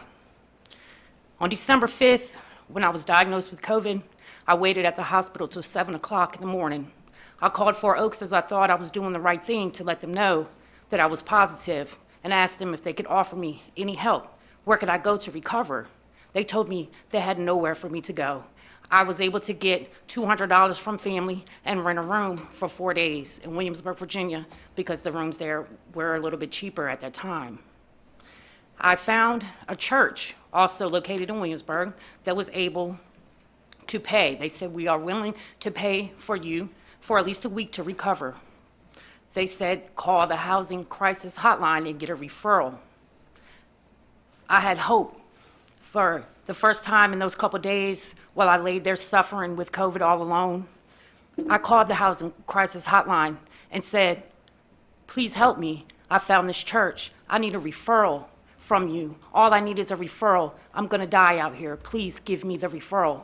The Housing Crisis Hotline refused to give me the referral, stating, "You've already called us," which I had to call them because it's a requirement of everyone that enters Four Oaks to call the Housing Crisis Hotline.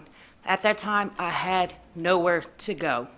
I was able to find someone that owned a house. The house was infested with bed bugs, but it was better than laying on the streets. For 3 days, I laid on the floor in that house while bed bugs crawled all over me, eating my flesh because I could not get up because I had COVID.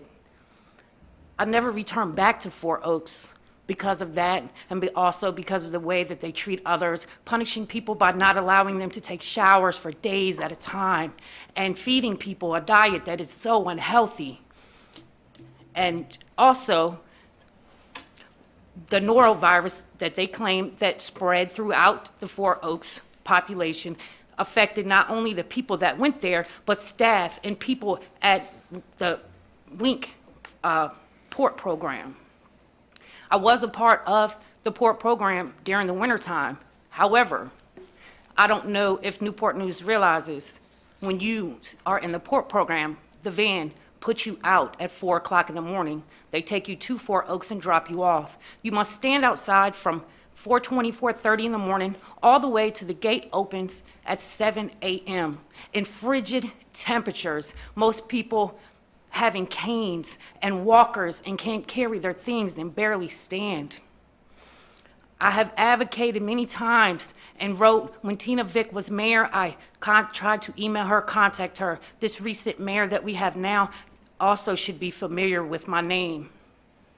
As all of us were getting sick at 4 Oaks, I decided I would no longer go there. Last week, I slept in a tent in pouring down rain. I was able to get plastic from a dumpster and wrap it around my tent.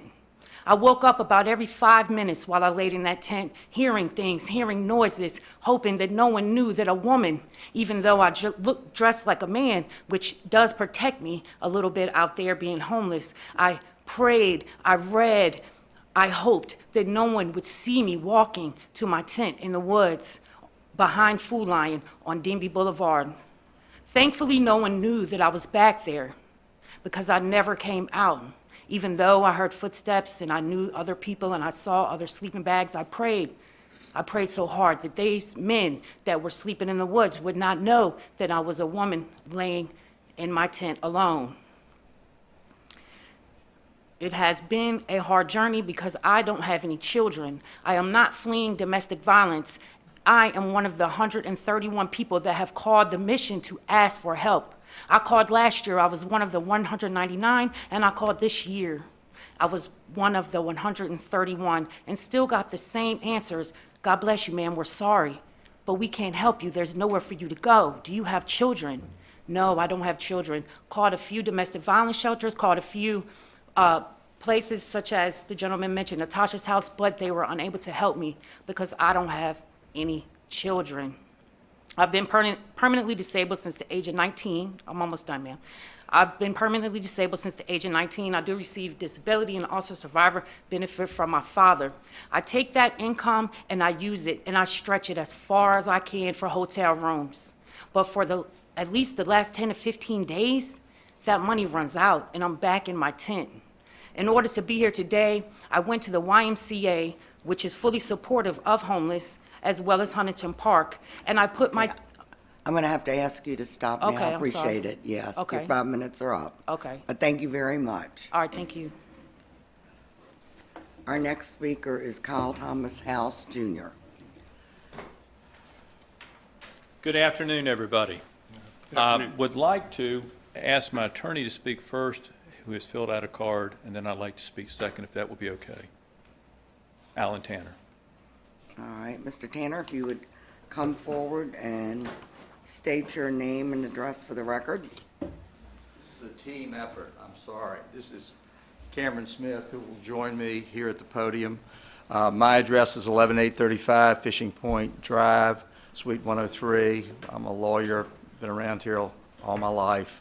And this is Cameron Smith. Why don't you tell them who you are and what you're here for? We will need you to fill out a card, Cameron. I also Okay, have a card. thank you.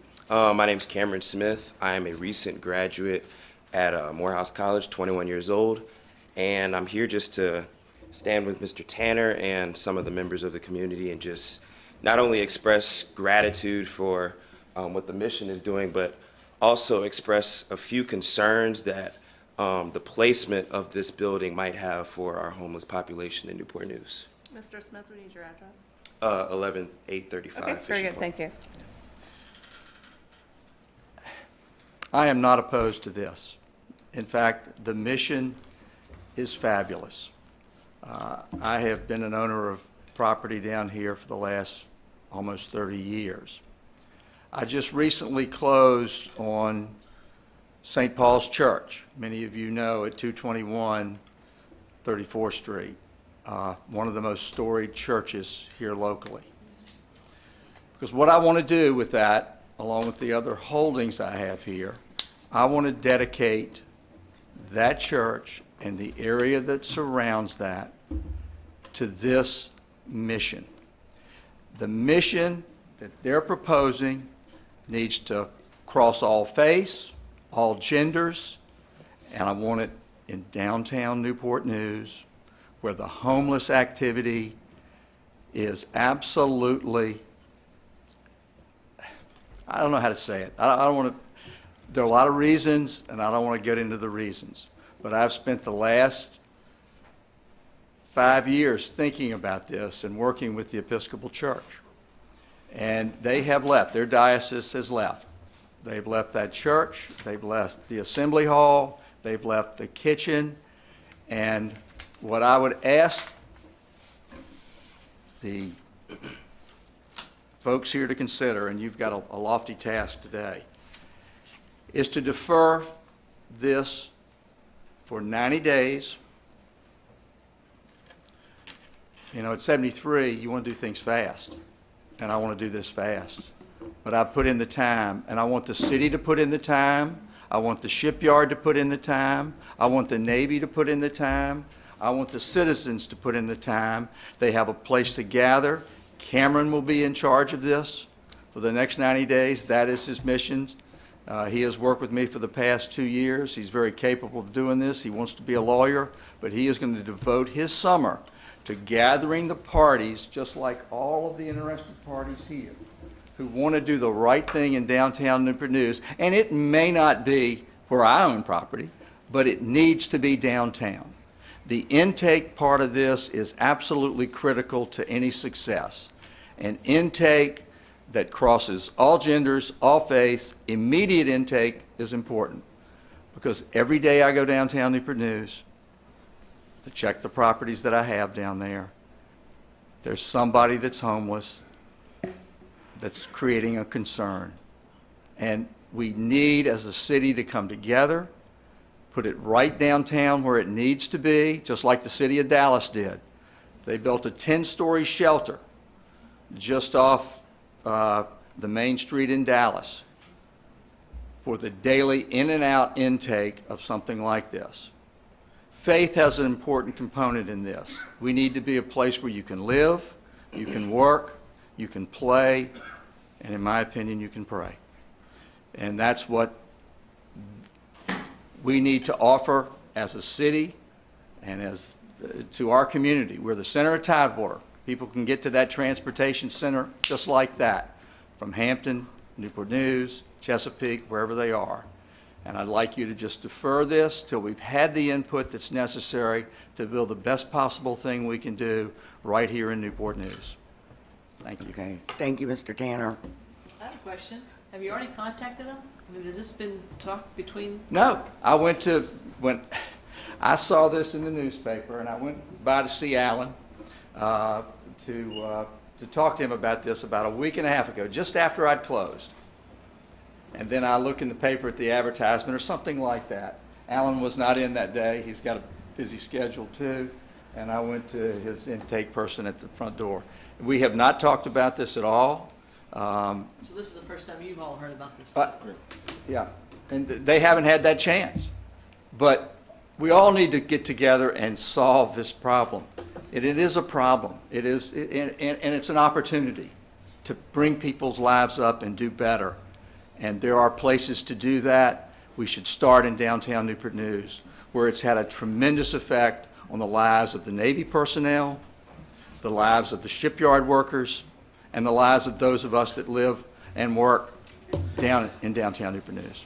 Sir, can you, just for clarification, could you just restate what you're offering? I'm asking for you to consider deferring it. Correct. And I'm offering Cameron, that's what I want to hear, that, who works with me, to be the liaison that the city can contact, and we can schedule meetings in the church, in the parish hall. It was a former USO building. Yes, sir.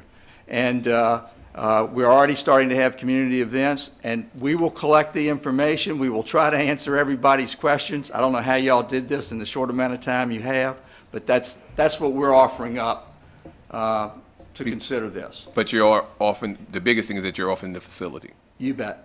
That's what I wanted to make sure you... Nobody stepped to the plate yet, and I wanted to be there for the city. St. Paul's Church. St. Paul's, yeah. Okay, thank you. Thank you, thank you. Are you're also speaking? Yes. Okay. And I'm looking for your card. I got chicken scratch, but it's Cameron with a K. Smith.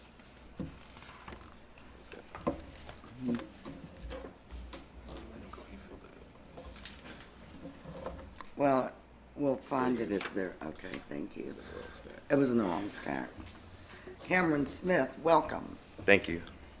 And just state your name and address, please. My name is Cameron Smith. The address is 11835 Fishing Point Drive, Newport News, Virginia. Thank you for allowing me some time to speak this morning, or this afternoon rather.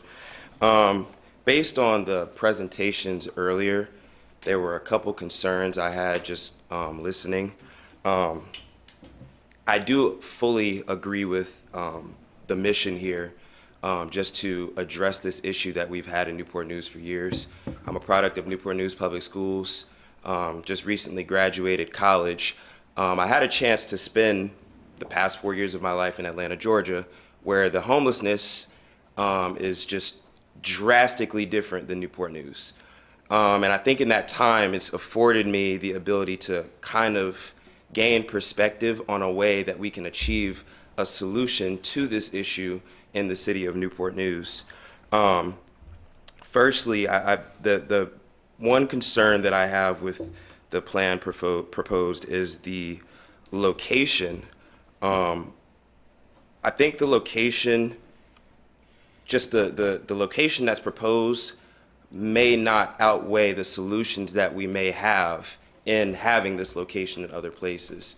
I've had experiences with homelessness downtown Newport News, and just as we have the men's shelter downtown, I think there would be some more benefit to having a women's shelter downtown as we have had before on the east side of downtown Newport News. In addition to that, the other thing that concerns me is that, you know, although this is a Christian-based organization, people, because they're not allowing walk-ins, I do think that there is a potential to discriminate against people of other backgrounds, other religions, and I don't think that that is conducive to the ultimate mission that they are trying to achieve. Just off of the fact that you could be potentially turning away somebody who needs the help but may not identify with the mission of this Christian-based organization.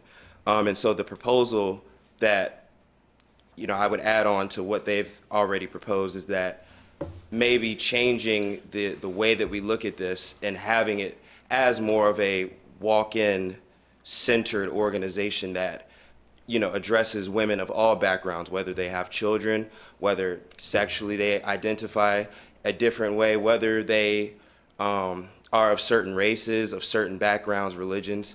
I think we'd be defeating the purpose if we ultimately do not cater to other groups. We're missing out on a large population of homeless people in the city of Newport News. And finally, I think that specifically to the location issue, this particular location is right by the train station, which is about to be moved, but also right by the Hampton line, right by Mercury Boulevard in Hampton. And I was listening to a question posed earlier about, you know, what if somebody calls from Chesapeake and needs help, or what if somebody calls from Virginia Beach and needs help? I think because we are the city of Newport News, although we don't want to turn people away that need help, our primary focus should be the women in our city. And in order to ensure that we are reaching as many women as possible in our city, I think that this group home should be placed in a place that is central to Newport News, not only to Newport News, but where there is a central area of people that need this help. And so all the aforementioned is to say, while I do agree with the mission, as somebody who has had friends that have been homeless, I've known people that are homeless. I've been in Atlanta the past 4 years and experienced and seen this firsthand. I think the best way to attack this issue is to put it in a more centralized area, which is why I recommend that we vote against placing it at the proposed location. So you all gonna provide them the building? Say that again? You all gonna give them the building? So yes, so speaking to similar to what Mr. Tanner was saying, we have many people that have expressed that they are willing to provide either the land space, the building, the land resources and to work with our partners, I guess to your point earlier about having that further conversation to provide a space that is more central to downtown Newport News. That's not really something that's relevant for our discussion here today, though. I think that's, thank you for your presentation, or for your speaking. Does your question have to do with? Yeah, I just want to say, I just want to comment. Well, I can comment during our time. Okay, thank you. Thank you. And congratulations on finishing college. All right, I have a card from Merlene Mallory. Oh, Kyle, I'm sorry, I forgot you. Thank you. Your card got mixed up in the... That's okay. Ladies and gentlemen, my name is Kyle Thomas Halls Jr. I'm 60 years of age. I was born in Newport News. I was educated in Newport News. I live in Newport News at 19 Flax Mill Road. I own 9286 Warwick Boulevard. I bought that building from Drucker and Falk in September of 2006. I am all in for Newport News. I've already got my place. I will be buried in Newport News. So I think that makes me a local and certainly a native. And the reason I'm standing here today is not to oppose what they want to do, but to oppose the location of where they want to do it.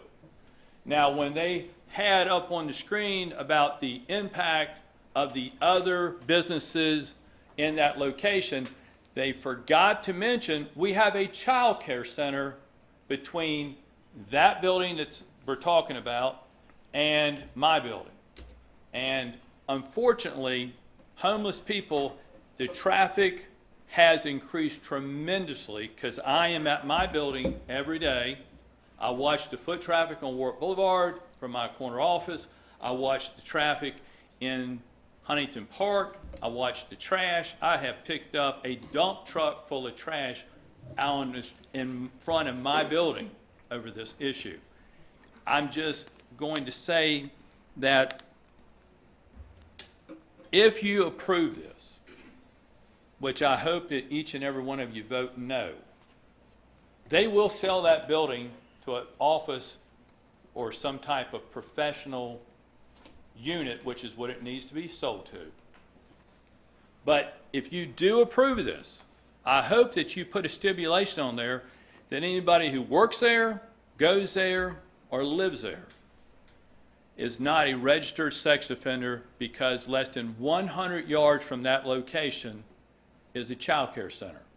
And we have a moral obligation to protect those kids. Okay, thank you. Is my time up? Yep. Gosh, where did that time go? Time Well, flies. since my time's up to talk, I'll be glad to answer any questions you would have. Okay, I think we're good. Well, thank you for allowing me today to talk. I'm going to call Merlene Mallory. Please state your name and address. Welcome. Thank you. I appreciate the opportunity. My name is Merlene Mallory. I live at 746 Bellwood Road, Hampton, Virginia. Our family has been in Newport News a long time. We've had a Mallory electrical business here since the 1950s. Still run it as a family. We still have a home in Newport News that our children live in. So we try to still be involved in this city as well as Hampton. My husband and I do. We have a business there also providing multifamily housing to people in Hampton. But today I want to speak for this women's group home. And just to clarify, it's not a shelter that we're asking for. It's a group home. And we've had, we have been associated with the Peninsula Rescue Mission for years, and like they spoke that they had been here for so long. We found it to be a trustworthy organization. It provides Newport News with shelter for men, and it's clean, it's well maintained, it's a safe place, and it recognizes the need to help women. They want to help these 20 women who are coming through. They're not necessarily saying we're going to help every homeless woman in downtown Newport News. We want to help these 20 who we can, bring through on this intake and just help them to be productive in society, to learn a skill that will be able to give them a job, and that they could get an apartment or live on their own independently. That's what we're trying to do. I accepted the position to be on the board of the Peninsula Rescue Mission. I'm the lone female. Hopefully soon we'll have others join us. But really have a heart to help women in Newport News who come through, like this young lady, who need help. And this organization is just saying, we want to help. It's not going to cost Newport News any financial thing, but to not deny them the opportunity to help these 20 ladies, I just stand here today to ask you to please vote yes to approve this zoning so that we can proceed and try to help these ladies coming through. Thank you. Thank you. Okay, I'd like to call Thomas Lockwood, please come up and state your name and address.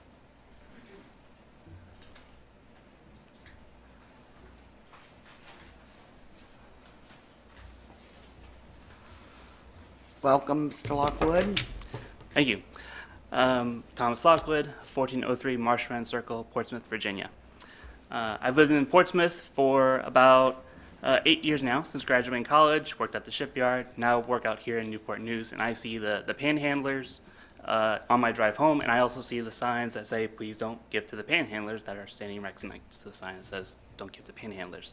Which then caused me to, based on that and a dare from my friend to be more involved in my community, to look at where I should be giving, and that's how I found PRM, and I've recently begun supporting them. And I began supporting them because when you read through their newsletters of their website, you find success stories, and that's what really matters. Otherwise, it's just a waste of money. So I want to give 4 quick reasons to support them, and then I want to offer a bit of a slight rebuttal to some of the other comments that have been brought up. So reason number 1 is single women deserve to be supported. That's been mentioned better than I can go over with the lady who was here earlier. 2, obviously, PRM has a long track record with success that's documented. And 3 is the building has been vacant for over a year and a half. If someone wanted to buy it and, tax generation or something, they've had plenty of opportunity to do that, and it hasn't happened. So it's kind of a waste to the city. And then 4, just to point out that PRM wants to go and help these women. They're not trying to do anything, remotely illicit or illegal. However, their plan currently is illegal, right? It's considered a misdemeanor to have a long-term housing without the permit, $1,000 per day, ultimately jail time. And it's a little sad to think that trying to help people could be a crime. But that's why it's important to get this conditional use permit. So as far as some of the other comments that have been brought up, there was a question about, it kind of oversimplified or maybe mischaracterized PRM as having no oversight. And that's not true because PRM takes no government funding, as was pointed out, and they are accountable to their board, and they're accountable to me, and they're accountable to the hundreds of people that support them financially. That's the only place they get money. If they are caught wasting or misusing funds, then they close their doors. So in terms of accountability, they have lots of accountability. And then as far as this deferment, obviously it's new, it's brand new to us. And 1, the goals clearly are different. They don't intersect at all, therefore they could both proceed. But that's obviously a reason that there should be no deferment, because theirs does not negatively affect PRM. PRM does not negatively affect them. Also, they have different mission statements and policies that they want to implement. So it sounds like, based on just hearing this for the first time, that they're not even compatible. And lastly, that doesn't affect this commission's decision to approve or not approve the plan as presented. They can go meet privately and decide whether or not to work together or not. And then if they decide to work together, then the 27th session comes up and they say, we've worked it out and no longer an issue. But that doesn't affect your decision here today. Your decision is we present this plan. Do you have an obligation or any objections? If not, then we should address any other issues later when we have more details instead of a 5-minute speech that comes out of nowhere. So And then there'll be plenty of time to do that. That's what this whole process is for. So I wanted to thank you again for your time and for listening to me and for the signs that have, indirectly led me here. Thank you very much. I have a comment. Okay. Madam Chair. I just wanted to say in regards to the oversight comment, which I made, by their own admission, I said that the board oversees itself, not that they have no oversight. I meant they have no oversight other than themselves, which is what they admitted to. So that's what you had referenced. That's not what I said. Well, that's how most companies work. Right, and I believe I said that also. Okay. All right, thank you. We have our next card, Uganda Sample Jones. Please come forward. Welcome.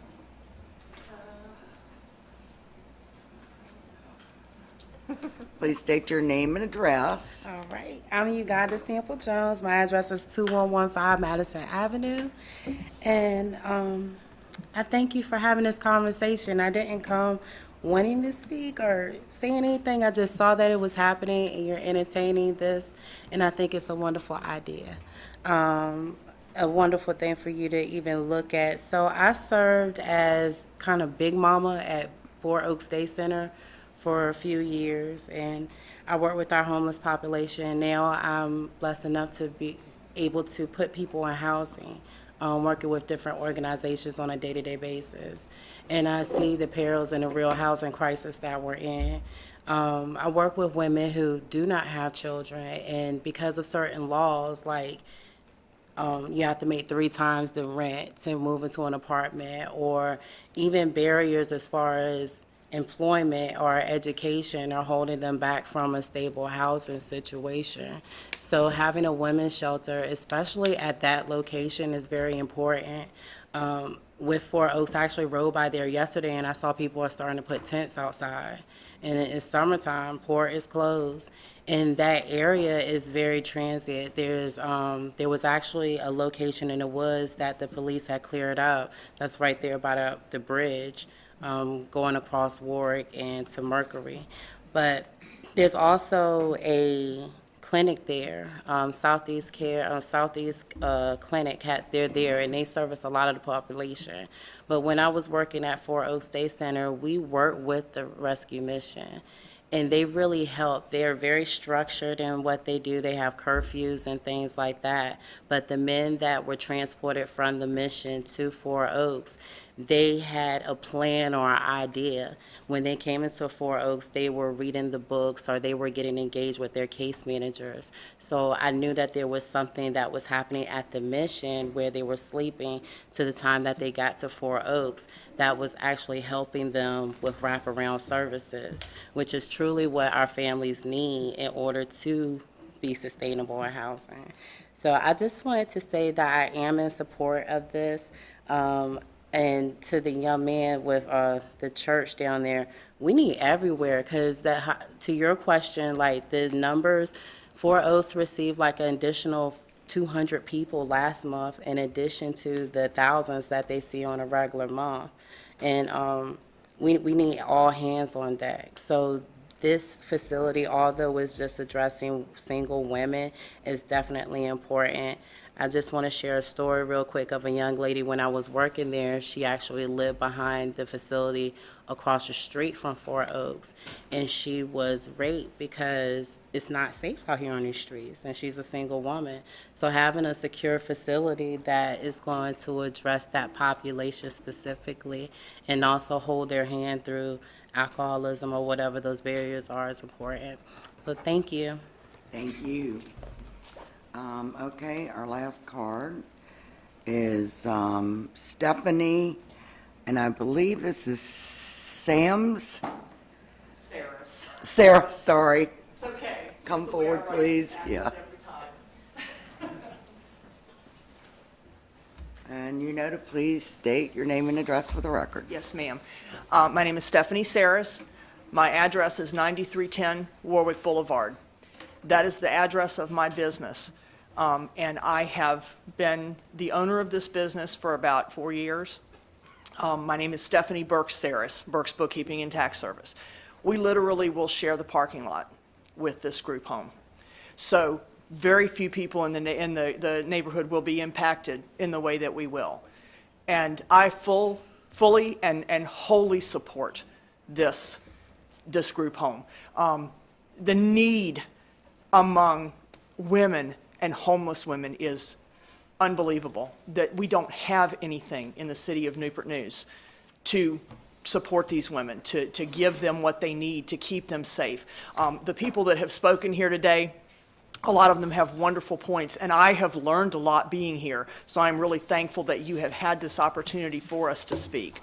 But I do believe that what the Peninsula Rescue Mission is doing here is something that is drastically needed in our community, and I think it will do wonders to help the homeless community. If this is a success, and if this is a model that can be put forth, I think that we need something like this all over the city, in every location in the 757, because the homeless women aren't just in downtown Newport News. That's great, but what about the homeless in Midtown Newport News? What about the homeless in Denby? What about the homeless in Lee Hall? They don't have the ability to necessarily get transportation to go to a central location. So having these facilities local to them that they can get to, that they can seek to meet their needs, I think is very important. Like I said, you know, I'm literally right next door, and we will be their next door neighbors for however long if you do approve this. And I do implore you to please approve this, because I believe that it is a wonderful undertaking what they're doing, and I think we need this in the city. Thank you very much. Thank you very much. Madam Chair, you had one more card. It might have gotten mixed up with other. Karen Sue Green.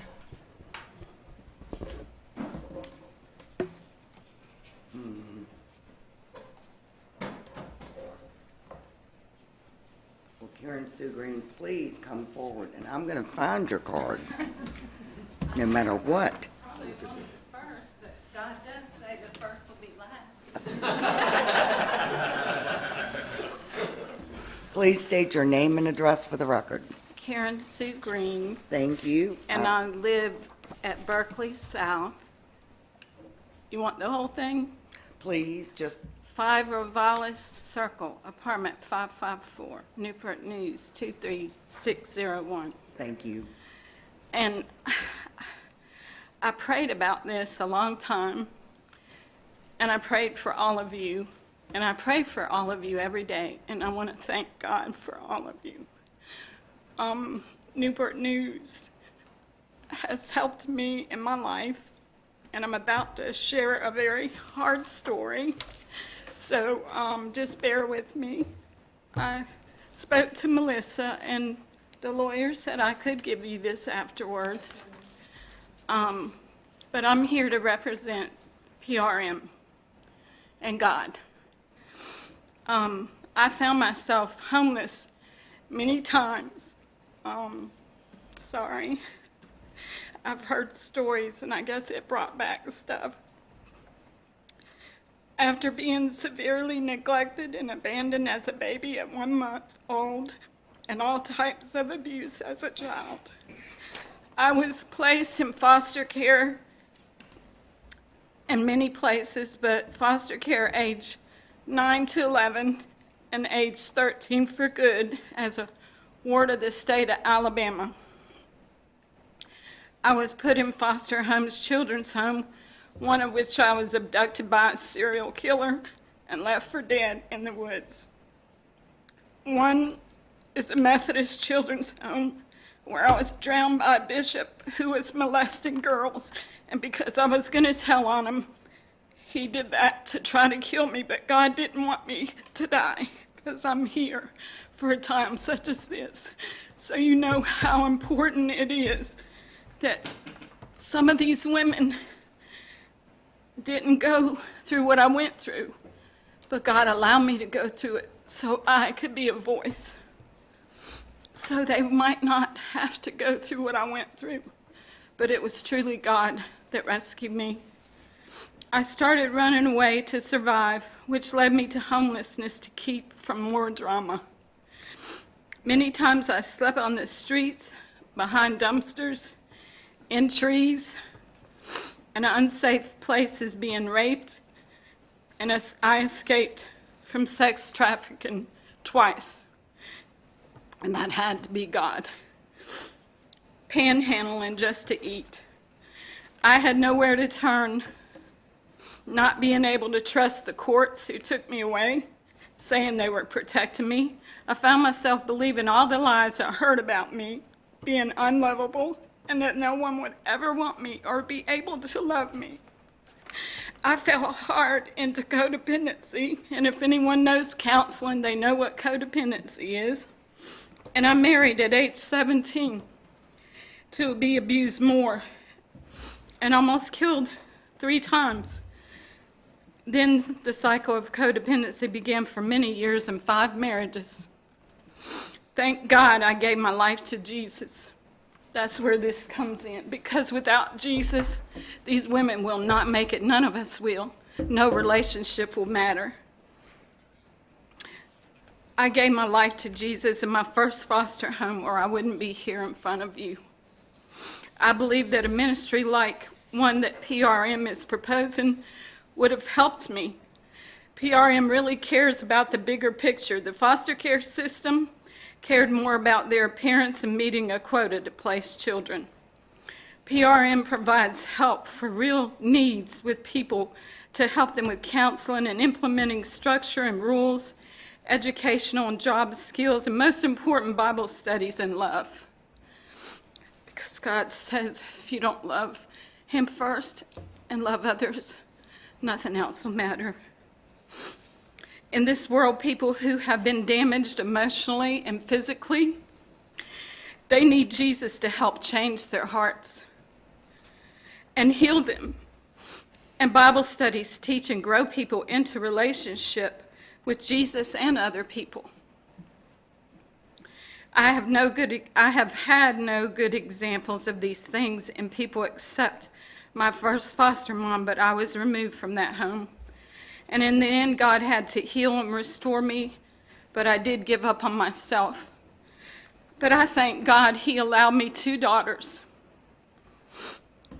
And Newport News helped me with one of them, but I don't want to get into that. Okay. So I had to work hard for them, but I gave up on me and I quit caring about me. And we all have consequences to our actions. Even if we ask for forgiveness, we have consequences, and I've had lots of them, and I'm having them now, but I have peace and joy in my pain. Well, thank you so much for coming forward to speak to us today. We appreciate your time. I thank you, and God bless all of you. Thank you. Oh, you want this? I added the part about sex trafficking because somebody brought it up, so I added it in there. Thank you so much. God bless you. Okay, that was our last card. I'm going to close the public meeting and put the matter before the commission. Madam Chairwoman, before you receive a motion, I'd just like to advise the Planning Commission that the Religious Land Use and Institutionalized Persons Act, otherwise known as RLUIPA, it's a federal act, and it protects religious exercise and land use. And it prohibits the government from discriminating in the area of land use against religious uses. And so I just wanted to caution the commissioners that this use and any other use that comes before you is entitled to exercise their religious beliefs and cannot be discriminated against by local government in the form of land use simply because they are Christ-centered or Islamic-centered, or, you know. So I just want to make sure, because there's been some discussion about that, and so that really cannot be one of the things that you consider in determining whether or not this is an appropriate use, that this is a religious use of land. Okay, thank you very much for stating that, Lynn. You said you closed the public hearing? Mm-hmm. Yeah. Okay, then I move that conditional use permit number 2023 TEC 0001 be approved with conditions as recommended by staff. Okay. Moved and seconded, discussion? First of all, I want to thank everyone for being here and sharing your opinions. It definitely was very helpful as part of the decision-making process. My concern is, are we creating kind of like a homeless corridor from Four Oaks to this shelter here? But the need is very great. Like it was mentioned in the initial statement from the lawyer and from the pastor. Even this year so far, 134 people have contacted them about some place to go beyond just a quick fix. 20 is only a drop in the bucket. So that doesn't stop anybody else from still having another shelter.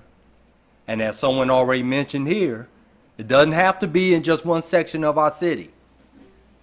It needs to be in all three sections so we can treat everyone well. But in the end, and with my concerns and my concern about the park and creating this corridor, and I heard you. My kids went to Warwick Kids, so I know exactly what you're talking about. But I appreciate more than anybody else the stand and the testimony of Burke's bookkeeping, because that was one of my main concerns even when I went up and down and looked at it, is how would it affect their business? And so hearing from you today really helped me to understand that I think that this will be a worthwhile project, the beginning hopefully of something bigger as we tackle the much larger problem in our city of homelessness going forward. And so for that, I thank everyone for your views and your opinions and taking your time out of your schedules to come here. And that's why I think I would be for this project in particular. Okay. I can go. So the first thing I wanted to say was in regards to it contributing to the homeless problem. I think that really doesn't make any sense because it's literally a group home. So home is in the title. So the idea is that we're giving shelter to people that do not have a home so that they do have a home. So that by definition, they're not homeless because they're living in a home. The only part, and I want to preface this by saying I intend to vote in favor, I'm just a little concerned that the program has not been developed. You know, I'm a professional educator. I like curricula to be laid out. I like to know that the people that are working have some sort of qualification or experience or knowledge beyond being well-meaning. Because there are very many people who are well-meaning that are not the best people for that role. So my hope is that you guys can very swiftly develop this program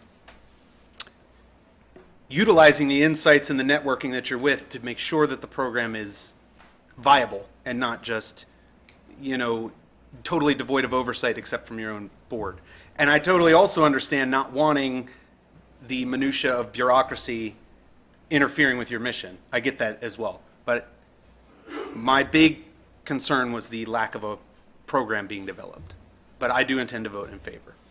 Well, I wanted to say, first of all, thank you for your transparency, for letting us know you didn't know everything, because we never know everything anyway, even when we think we do. So no matter how strategically planned you are, something still can go wrong.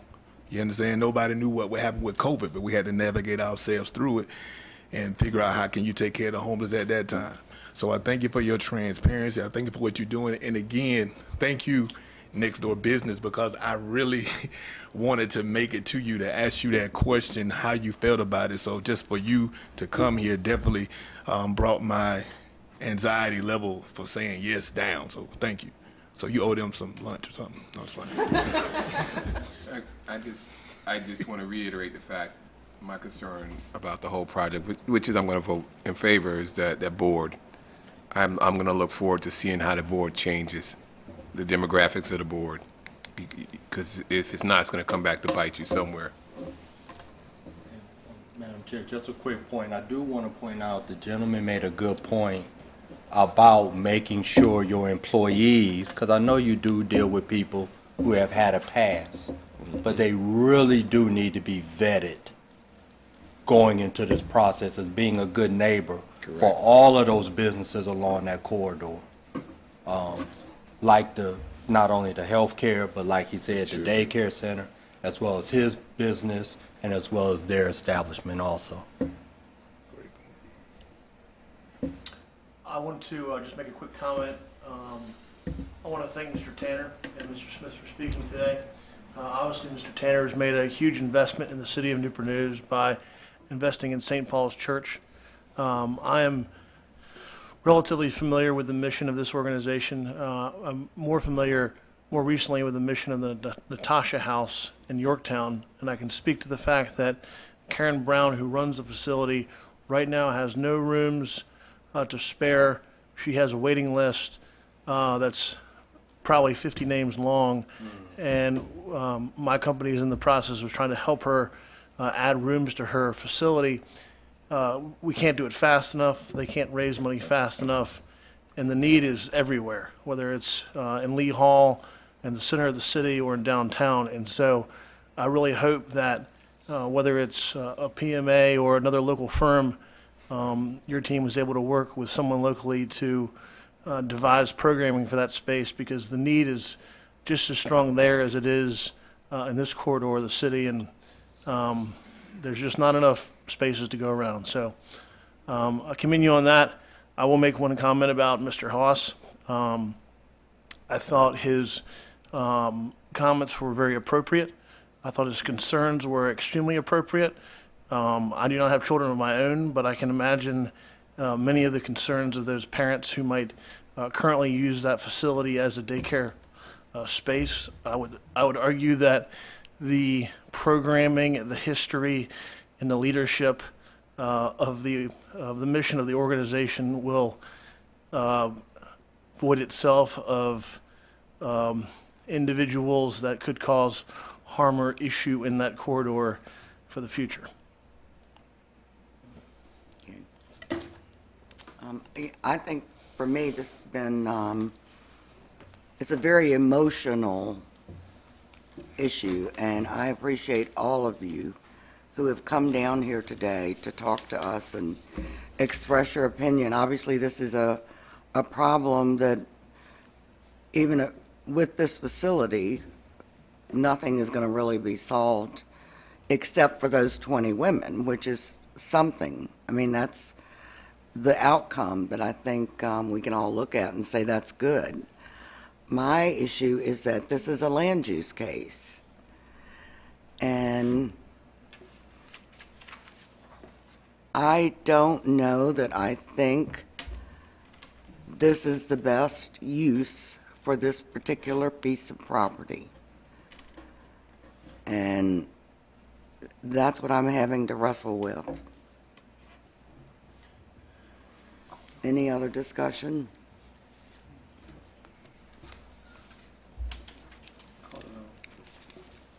Yes, call the roll, please, Melissa. Yes, ma'am. Commissioner Dias? 4.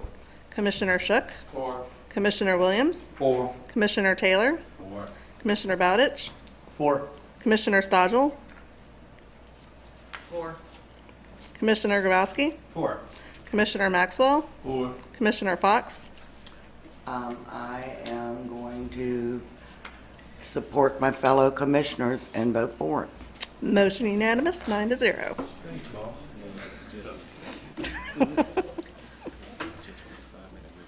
I know, I am going to. And this will be heard by City Council.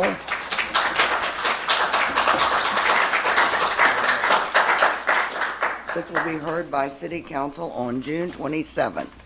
And now I'm going to, I'm just going to let a couple of the commissioners take a break. The rest of you have to stay here. We're going to all take a break for 5 minutes, believe me.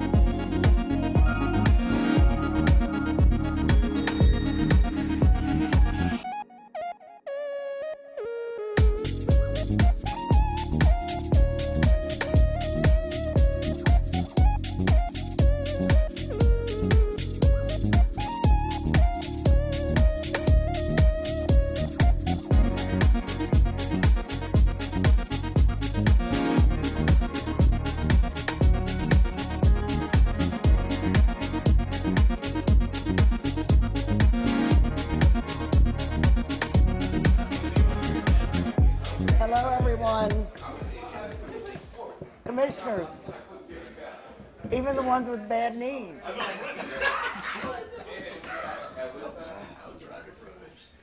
Wait, who are we missing? And Taylor Gray is on the phone. Taylor's right here. Well, Gray is gonna, I can get going.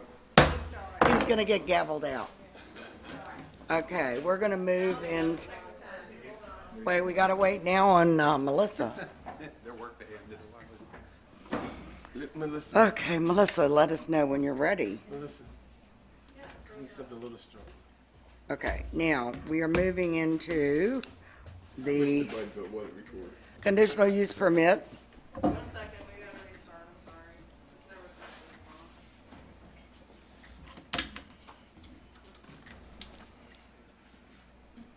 I appreciate everyone having so much patience that's waited so long.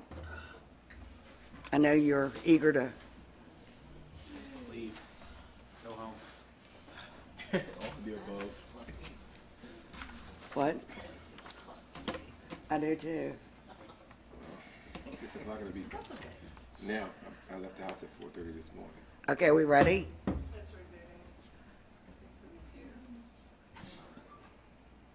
She can go. We got handouts. Right? Can we, yeah. Can you go from your handouts so she can keep going and catch up? We don't have a way to display it on the, Oh. switching everything. Well, okay, What? okay. I should have checked it earlier. What did they That's do? okay. I'll give her my handout. I'll give her a hard copy. She can read from there. But that's what you're going to do anyway, right?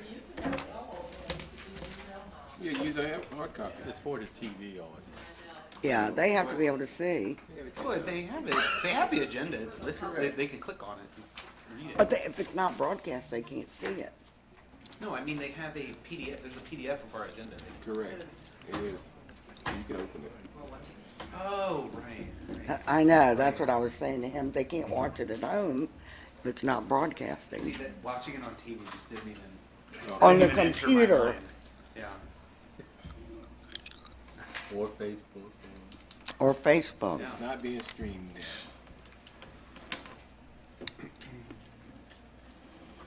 So what do you think about all that fog and smoke and all that out there? It's crazy. They said wildfire. It's Yeah, it's in wildfire. Canada. Canada. Canada has got a major wildfire in it, and the jet stream is bringing the smoke Are down you here. kidding? New York City's under LA type smog. Yeah. Madam Chair, we can do the two text amendments if you'd like while we're rebooting the computer for the other cases. Thank you so much. Yeah, we don't need it for that. Okay. All right, wait now, lost my place. Back, flip your paper. Okay, let's go to the text amendments, one of which starts with the sign ordinance. Do you need to vote on change to the agenda? Oh. The order. Okay. Just asking. Okay, we're gonna go with sign ordinance, sign dash 2023-0001, City of Newport News, presented by Flora Churros. Good afternoon, Madam Chair and Planning Commissioners. Yes, we are here to present signed text amendment SING 2023-0001. City of Newport News is asking to amend Chapter 33.01, the sign ordinance, to relocate the enforcement responsibilities from the Department of Codes Compliance to the Department of Planning. With the City Council approved budget of the 2024 fiscal year, the zoning administrator and all zoning functions were relocated to the Department of Planning. Thus, the text amendment is necessary to effectuate that change. On April 19th, 2023, the Regulations Committee of the Planning Commission reviewed and recommended approval of the above reference amendment. It is recommended, therefore, that the City Planning Commission recommend to City Council adoption of sign ordinance text amendment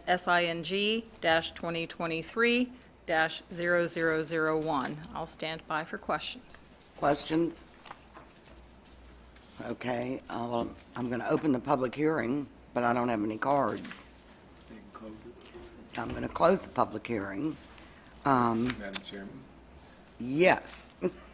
I make a motion that we, for approval of SIGN, TAC 2023, TAC 0001, Second. Okay, moved and seconded, discussion? All right, please call the roll. Well, you're a little busy, I'm sorry. Commissioner Shook, 4. Commissioner Williams, 4. Commissioner Taylor, 4. Commissioner Bowditch, 4. Commissioner Stodgel, 4. Commissioner Grabowski, 4. Commissioner Maxwell, 4. Commissioner Dias, Commissioner Fox. 4. Motion unanimous, 9-0. Okay. Let's hit the next text. Our next text amendment, also presented by Ms. Chiros, is ZT 2023-003, City of Newport News. Thank you. This is a companion text amendment. The request is to amend Chapter 45, the zoning ordinance, to relocate the enforcement responsibilities from the Department of Codes Compliance to the Department of Planning. Again, the proposed amendment was to effectuate the change as recommended in the budget that was approved by the City Council for the 2024 fiscal year. On April 19th, 2023, the Regulations Committee of the Planning Commission reviewed and recommends approval of the above reference amendment. It is therefore recommended by staff that City Planning Commission recommend to City Council adoption of zoning ordinance text amendment ZT-2023-0003. Questions? Yeah, just a point of information. Mhm. This will not be in effect until July 1st. Correct. So this is basically just moving, because the zoning administrator falls into your department, so this is Correct. moving, okay. that Yes, makes so sense. it's you're just moving the aligning zone, it. right, it's I gotcha. aligning it with the budget. I got you. Any other questions? I'm going to open the public hearing. I'm going to close it. Okay. Madam Chair, I move that we will recommend to City Council adoption of zoning text amendment number ZT TAC 02023 TAC 0003. Second. Moved and seconded, discussion? Call the roll, please. Wait, do you have discussion? No, I just want, do we need to amend this to say that it will be in effect as the beginning of the budget or not? No, that would be in the ordinance that is adopted by council. Okay. Okay. Call the roll, please. Okay. Commissioner Williams, 4. Commissioner Taylor, 4. Commissioner Bowditch, 4. Commissioner Stodgel, 4. Commissioner Grabowski, 4. Commissioner Maxwell, 4. Commissioner Dias, 4. Commissioner Shook, 4. Commissioner Fox. 4. Motion unanimous, 9-0. And that will be heard by City Council also on June 27th. Now we're going to move back into conditional use permit, CU-2023-0004, Boxwood Inn. And that'll be presented by, this is Saul. That's not Saul. It's Carol. It says Saul. Okay, so let's the Boxwood Inn. Saul's just sitting there chilling. You're right. Well, I'm reading it. I mean, that's why I was You're right. exactly right. I mean, That's right. Keep us on. Saul's sitting there. Okay.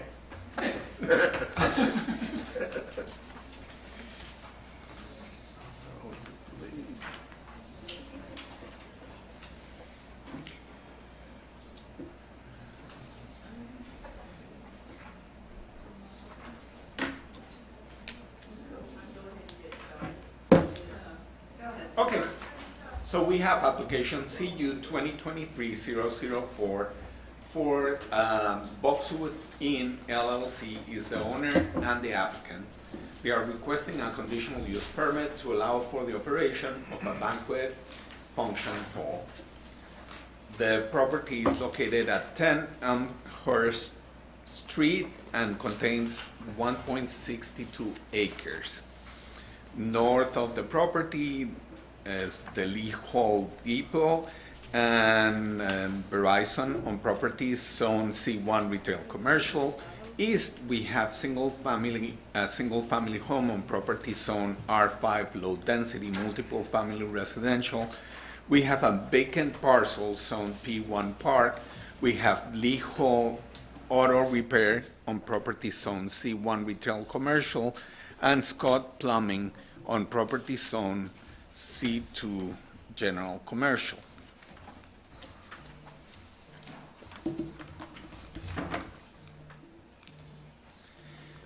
And south, we have vacant properties zone C1 Retail Commercial, and finally west, we have the CSX Railroad Zone C1 Retail Commercial. The One City, One Future 2040 Comprehensive Plan land use map identifies neighborhood commercial uses for the parcel. The property has been zoned C1 Retail Commercial since the city-wide comprehensive rezoning became effective on August 1st, 1997. Prior to that, the property was zoned M1 Light Industrial. In December of 1995, City Council approved CU 95285 to allow for the operation of a bed and breakfast at this location. The parking requirements for a banquet function hall is 1 space per 100 square feet of floor area, with the exception of unoccupied floor area.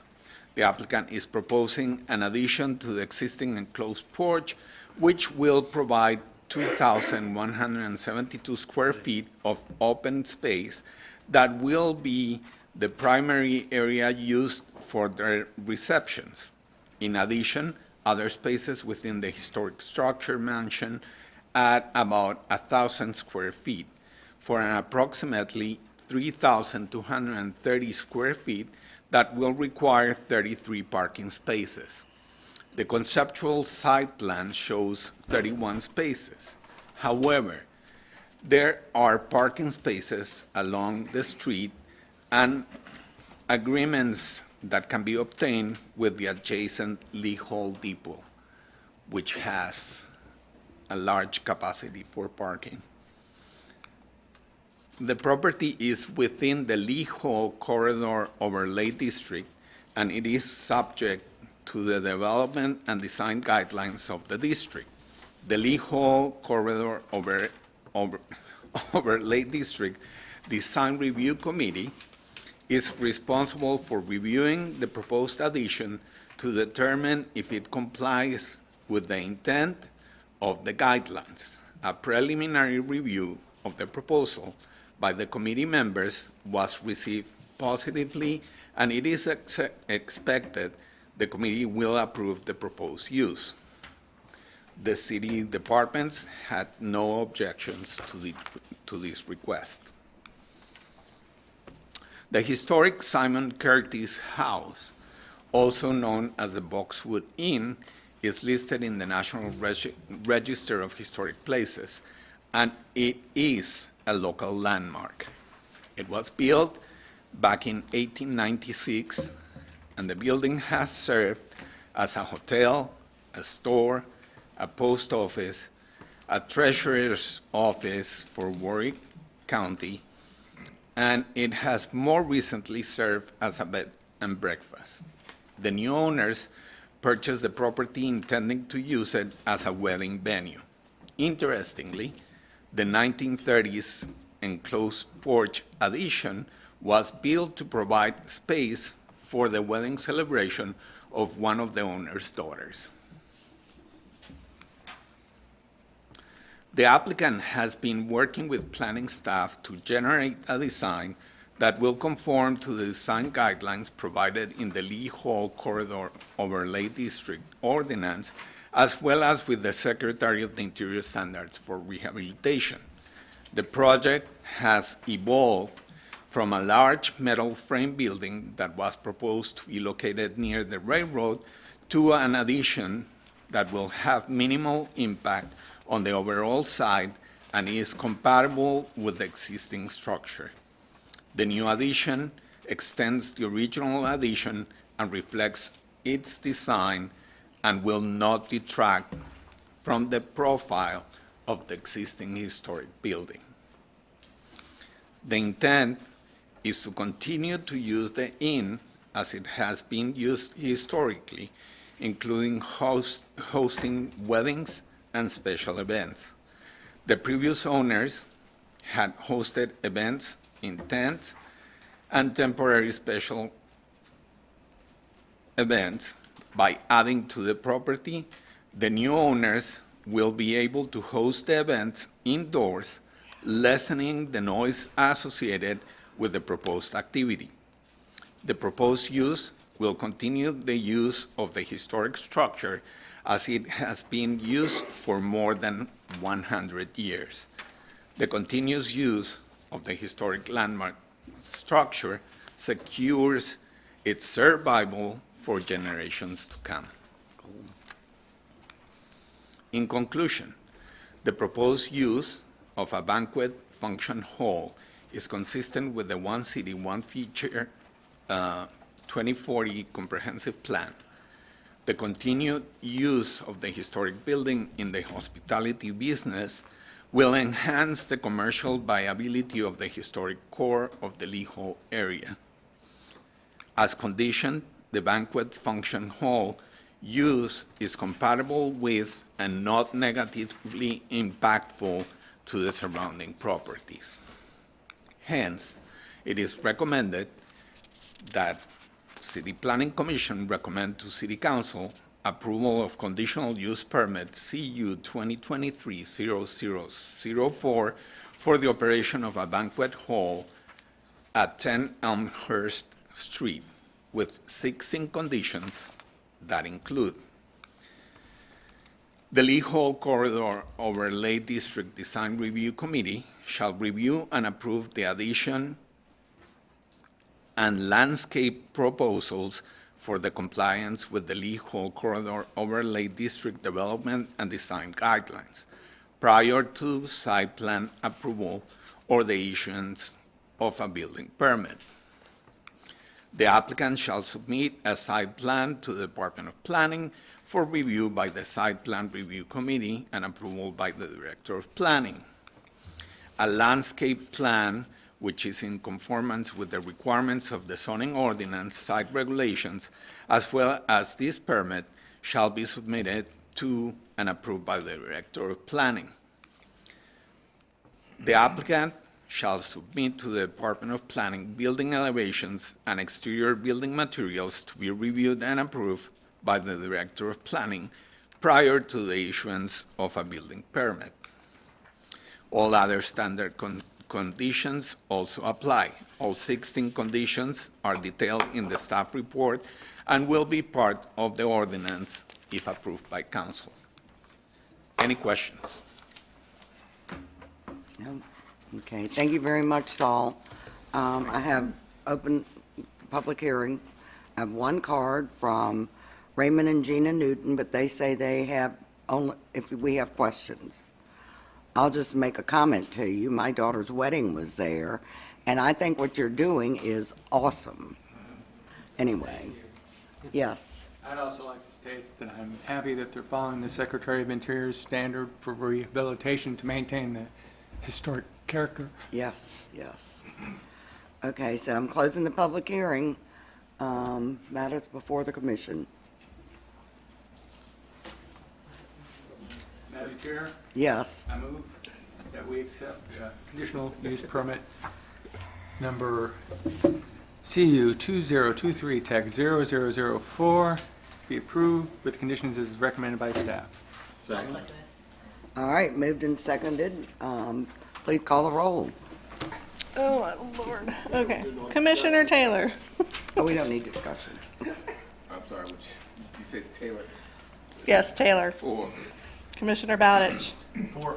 Commissioner Stodgel. 4. Commissioner Gabowski. 4. Commissioner Maxwell. 4. Commissioner Dias. 4. Commissioner Shook. 4. Commissioner Williams. 4. Commissioner Fox. Commissioner Fox. 4. Motion unanimous, 9-0. We're having our discussion. Okay, moving right along.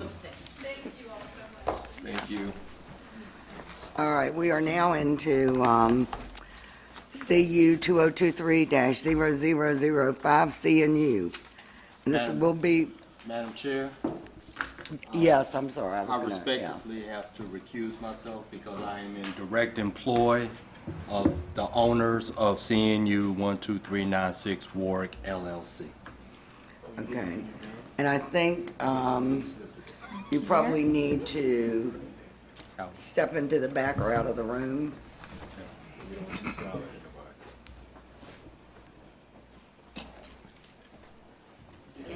I know in the past, sometimes we would have commissioners leave, or they would leave, but you don't have to. You're really a member of the public at this point, but you're not voting, and you can't be on You the can dais. stay but- on the- Yeah, you but can if sit you in want to here. stand, you can certainly leave if you want to, but it's not a legal requirement. Okay. All right, thank you. Okay. Go ahead, Good please, afternoon. Carolyn. Application CU 2023-5 is a request for the operation of an automobile gasoline supply station in a C1 retail commercial district.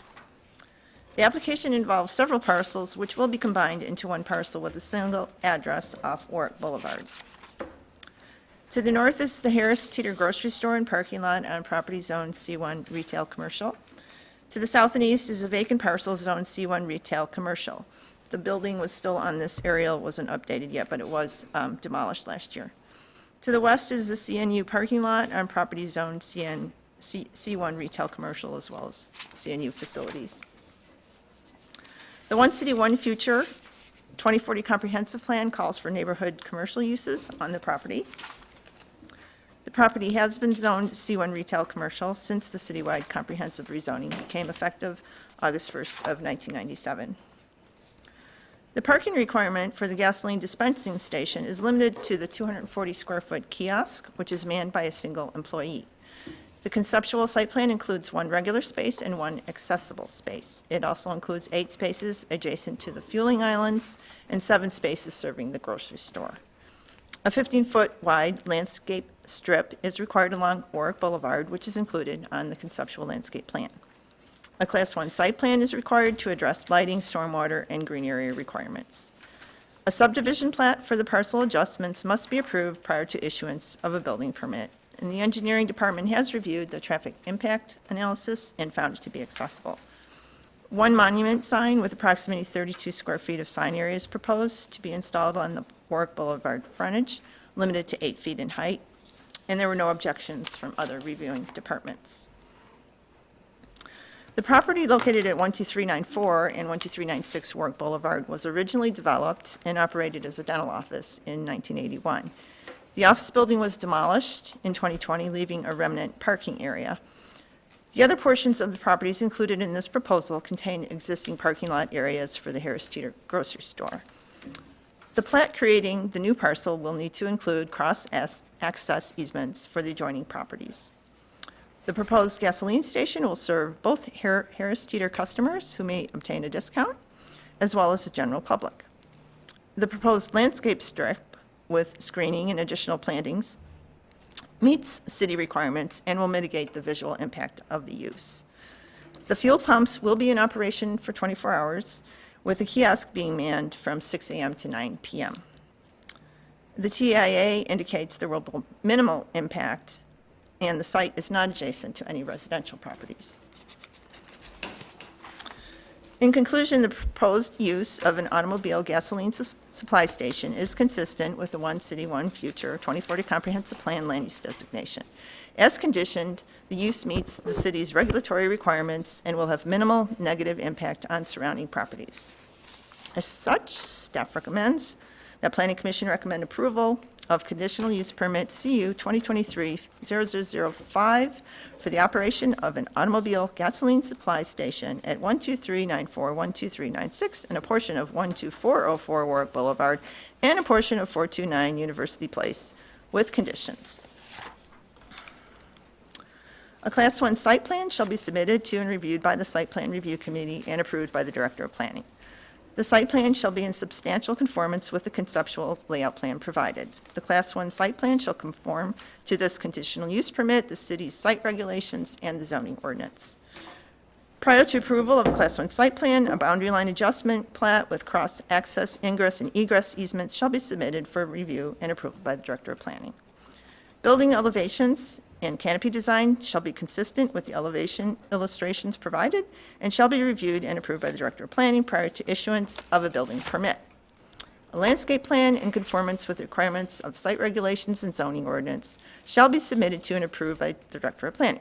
All landscaping shall be installed in accordance with the approved landscape plan and shall be maintained in a healthy condition in perpetuity.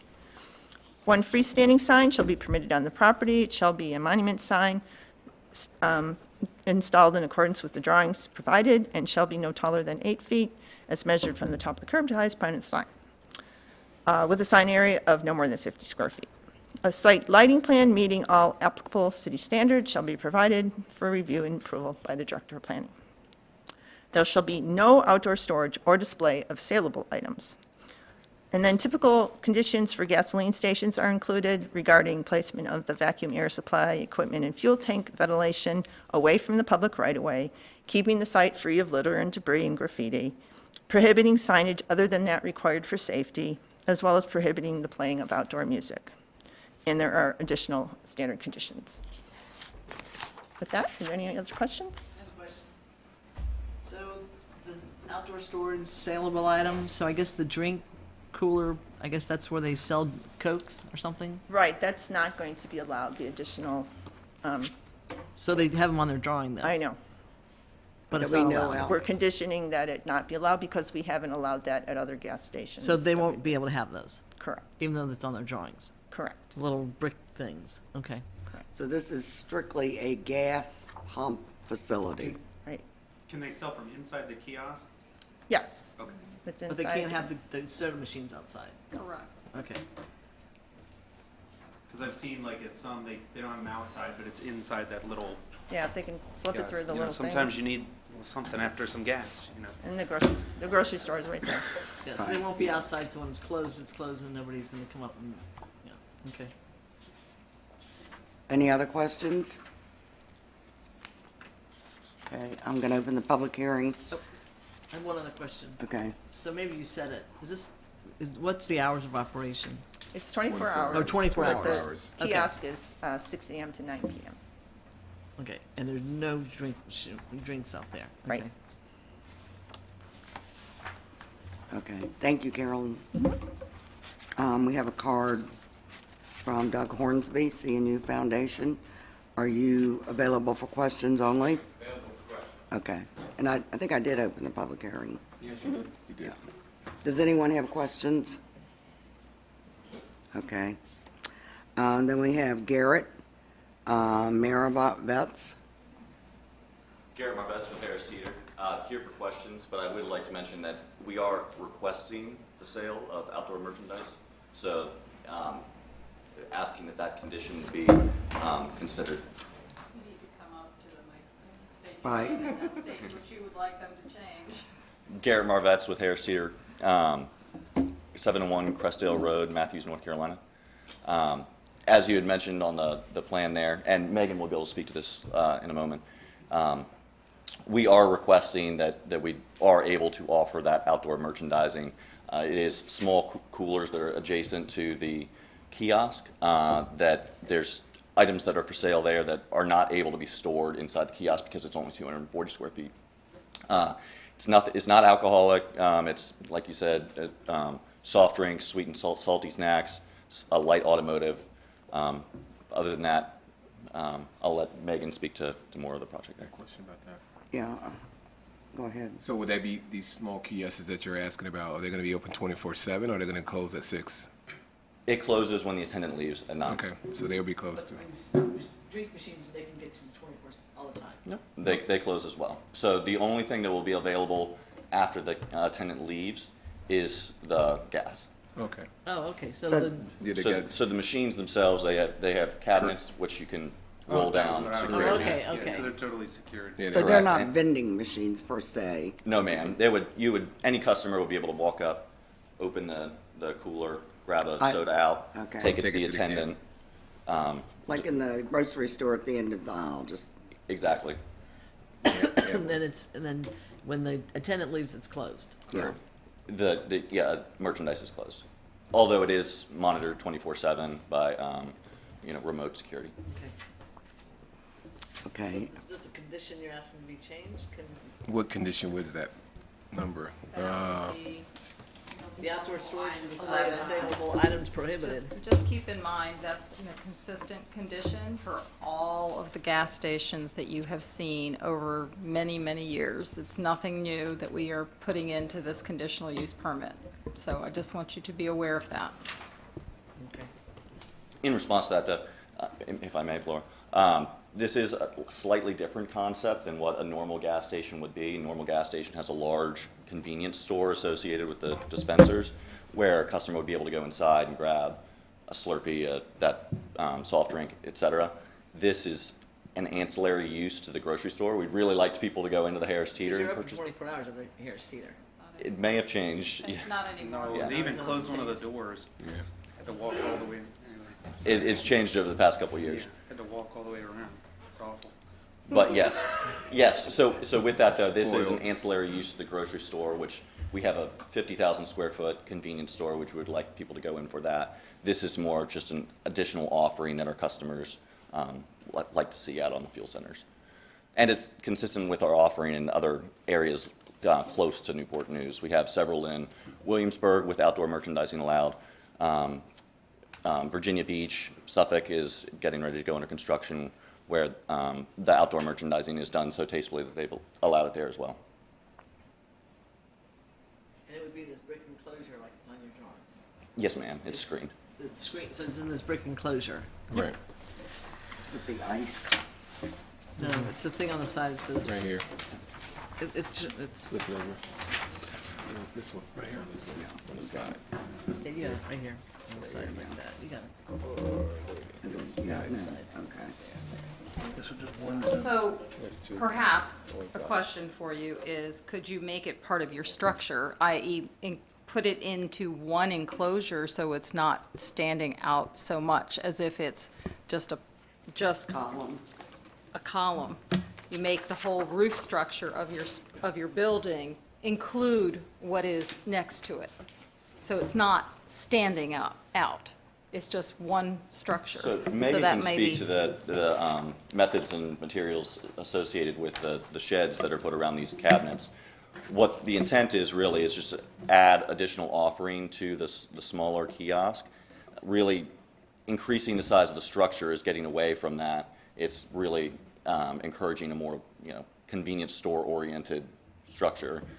This offers screen. We think is a good hybrid solution where it offers that screening but still allows those small cabinets to be out on site. You wouldn't happen to have a design or illustration of what you're referring to? I'm trying to picture it, just It's, Megan It's- has some photos it's- as well. And yeah, it's, perhaps the brick is the same brick that we are proposing for the outside of the kiosk. So although it does kind of come out on either side, That's it's what you would consistent see with the materials used.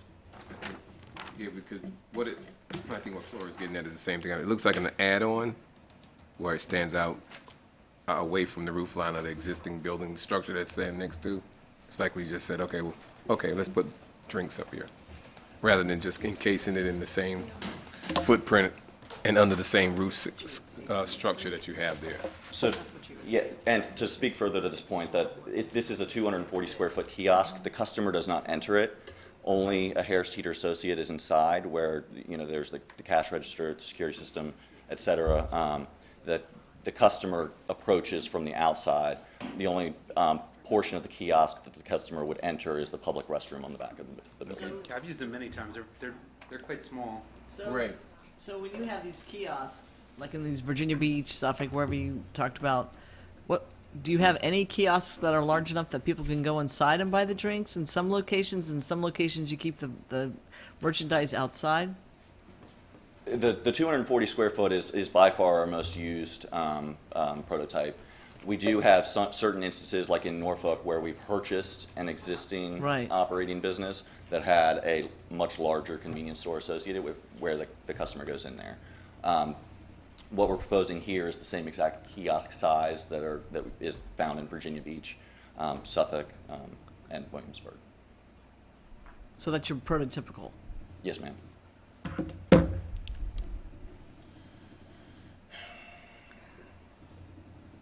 You're not going to have any kind of electric charging station?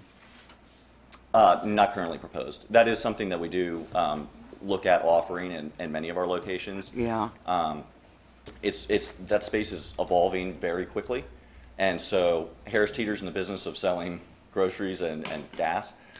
So we're not really, aching to be taking that on. But what we do is partner with third-party vendors in some cases where we bring those fast charging networks into. In this case, it would likely be in the grocery store parking field adjacent, just due to the size constraints that we're have with the fuel site. Okay. Let's see. I think I have another card. Yeah, Megan Fitzsimmons with Kimley Horn is Yeah. our engineer. She'll be able to speak to Okay. more of the design questions. Thank you guys very have. much. Megan, you want to come forward? State your name and address. Yeah. Hey, everybody. Megan Fitzsimmons with Kimley Horn, 200 South Tryon Street, Suite 200, Charlotte, North Carolina, 28202.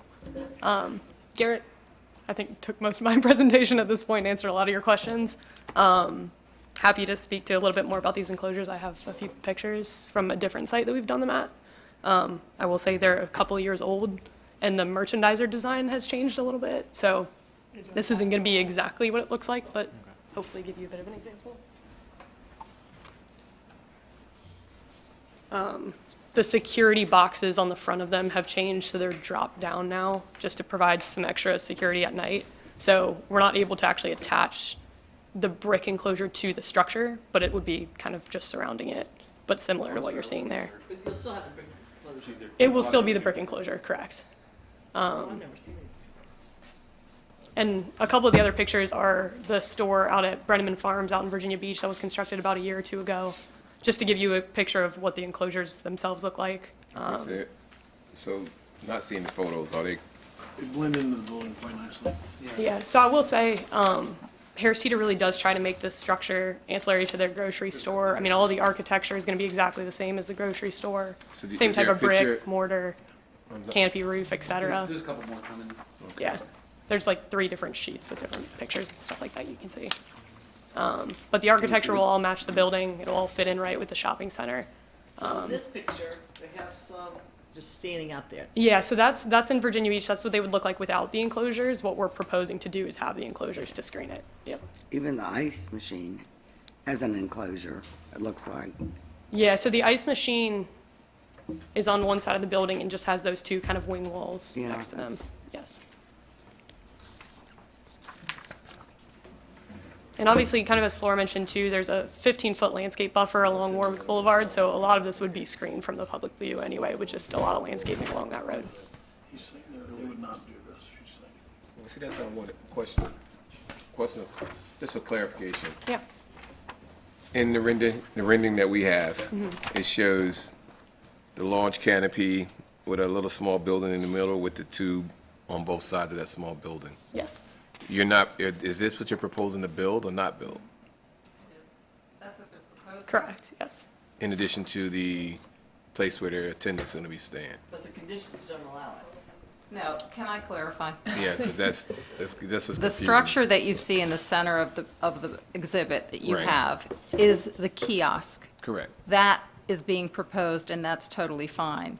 What we typically prohibit are outdoor sales of merchandise, Which is the little items that's which that's are sticking the out. items on the wings, as I'll call them, for Correct. lack of a better way of saying it, especially since there is a grocery store right there.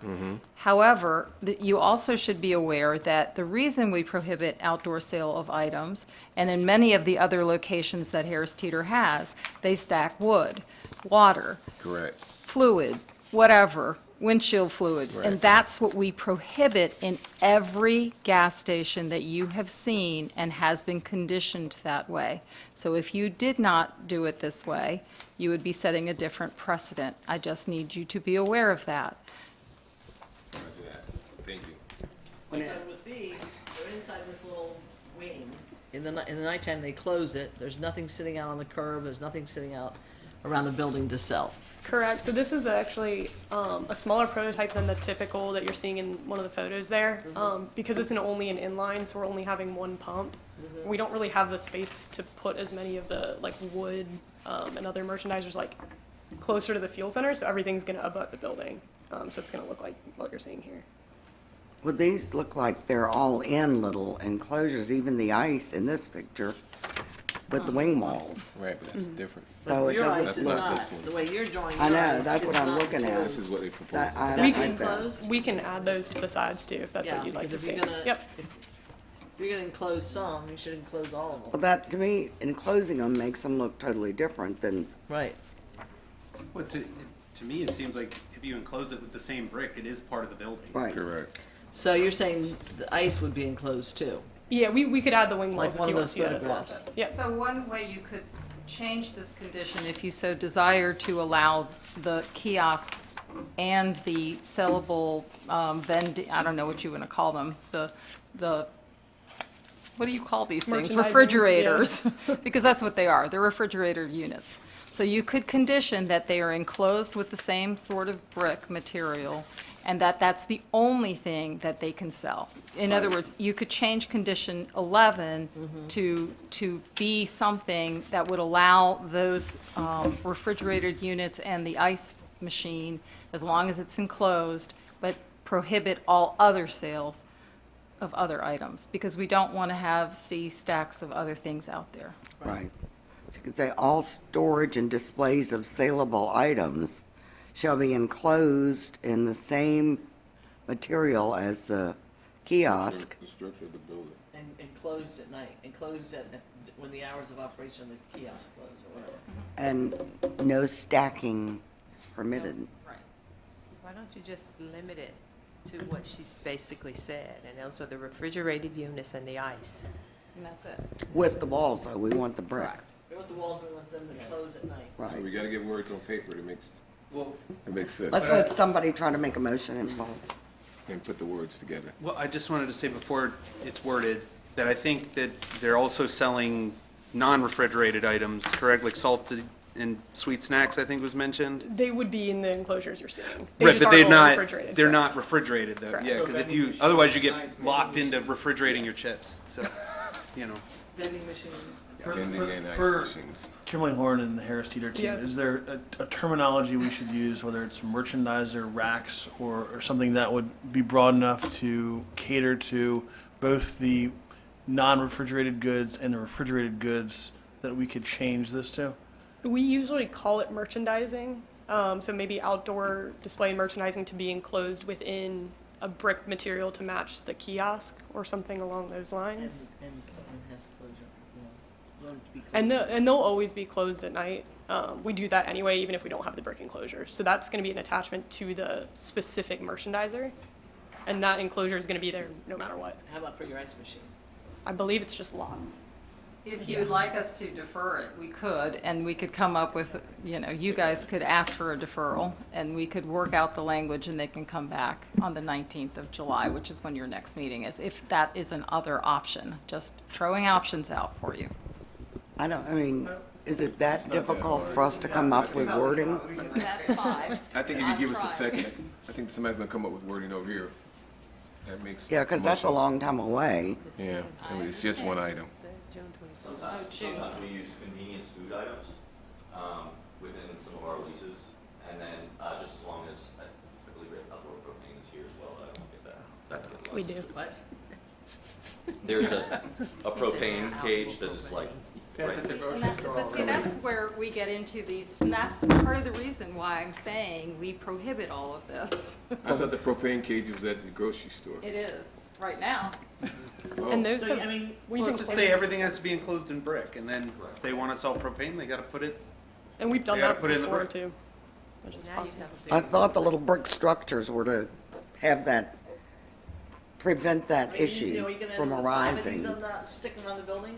It'll Every be time you like- want to sell something? That's the reason It's gonna be I like the said. building just morphed inside. I don't So- understand the restriction to begin with, personally, so I think we all agreed as long as it was enclosed in brick, then it was, who cares if they do the whole building as different brick things that can go up and down. Well, I think we would like to get the planning Let me see this picture director. again. Let's go to defer it, let them play with it. No, Laura, that's can we too not, long. can we not use some language, outdoor merchandise Okay, displays? let's try this. Okay. Merchandise will be limited to the enclosed wings, for lack of a better term, directly adjacent to the kiosk Wings to match them. to match the In structure. the same material. Okay, we can add that. Yeah. Wings constructed in a material that matches the So- building exterior. Constructability wise, at least for the drink coolers, I don't know if they're gonna be technically connected to the building. They're Well, gonna it be looks right like next to on it. that adjacent. drawing. Okay. Adjacent, not Yeah. connected, just adjacent. Yeah, just wanna make sure we can Right. build it I think appropriately. it's like as well. the picture we have. Sorry. It's like the pictures we have, so. Same Oh, I Okay. think we got a motion coming. materials. All right, do we have a motion coming? Here it is. Mr. Baldridge, I'm not the best on this. go ahead. Swing for the fence. I motion that we approve the special use with the caveat that note 11 reads, outdoor merchandise displays shall be wrapped in a finished material to match the main kiosk structure and enclosed and locked at night. That sounds good, except it's a conditional use permit. not Well, special. And we had to vote on the amendment first and then approve the amendment, then you can approve the actual. Correct, so now we're But ready. that was a great amendment. Okay, we still got a vote. I suggest we add on to the amendment as approved by the Director of Planning to make sure they don't add another 240 square feet. Yeah, that seems like That's a good the idea. stamp to put on everything. Okay, so that's, I would say close at the hours of operation. The other duties as assigned, if you will. close at the end. All right, let's get this straight so we can finish this. All right. Are you rewriting it, Gray? Almost, yes. Along with the hours of operations. Close. When Kiosk. kiosk is closed to public. If there's no other issues, we should close the public hearing before we start changing things up. Okay. I think I've called all of the cards up, so we can close the public hearing. Thank you. Okay, we got two more. Gray, do you have your motion? I would motion that note 11 be changed to read, outdoor merchandiser displays shall be wrapped in a finished material to match the main kiosk structure and enclosed and locked during hours when kiosk is closed to the public. Second. I just wanted to make sure that the, okay. Yeah, And approved by Director of Planning. And approved by Director of Planning. Now, a second. Okay, we have a motion and a second to amend number 11 of the conditions in the conditional use permit. Please call the roll. Let's do all in favor. All in favor? Aye. Anyone Opposed? opposed? Okay. Thank you. Now we need another motion. Okay, we got a motion. Do we have any I'm gonna discussion? Do we have any discussion? No, we don't. Okay. Then I move that conditional use permit CU 2023 TAC 0005 be approved with conditions as recommended by staff and as amended. Yep. Second. Okay, we have a motion and a second. Do we have any discussion? Call the roll, please. Okay, Commissioner Bowditch. 4. Commissioner Stodgel. 4. Commissioner Gabowski. 4. Commissioner Maxwell. 4. Commissioner Dias. 4. Commissioner Shook. 4. Commissioner Taylor. 4. Commissioner Fox. 4. Motion unanimous, 8-0 with 1 abstention. Okay. All right, moving right along. Well, this one will be heard again on June 27th by City Council. I hope they have a great day. June 27th. Thanks for the pictures, too. This was helpful. Thanks. Clarity it brings in conjunction with the excellent day that you had. It's all been worked out. We saw it again tonight. We really appreciate it. It's going to be good. Thank you. And we own Mariner next door, and that's how. Okay, thank you. All right, moving right along, we're going into conditional use permit 2023-0008. Madam Chair, can I ask you a question? And Director and lawyers, Attorney Spratley, I don't have a direct, I don't make any money from them. Vertex Performance rents from our church. They say they were going to be moving soon, but I don't know if I should sit here or not. I mean, I don't make any money off of it, but I don't know what I should do. Is that a direct conflict, or? He doesn't, but the church makes money from it.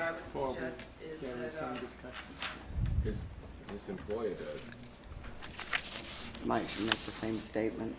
Yeah, I'm just looking at the definition of personal interest in a transaction. If you just give me one moment.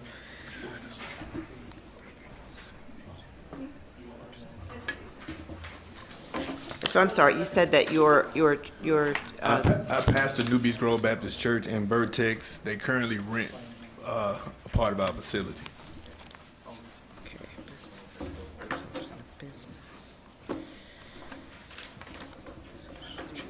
Okay. What I'm going to ask is, you've just declared that. Honestly, sometimes it's difficult, depending on the nuance, for me to be able to tell you on the spot. And so in the future, if y'all could just let me know ahead of time, because I do sometimes opinions and I've got to do research and all that. But since you've declared it, what the interest is, it's hard for me to tell you right now that that is definitely a conflict. But in the event that it is, you've declared it, and I don't believe it's a conflict that would cause you to have to recuse yourself. There are some conflicts that simply you need to declare, and then you're able to move on. And so I believe if it is, I'm not saying that it is, it would be this type of conflict. And so you've declared your interest, but if you're able to impartially and fairly deliberate over this matter, then you would be able to I believe still. I can, thanks. Okay, all right.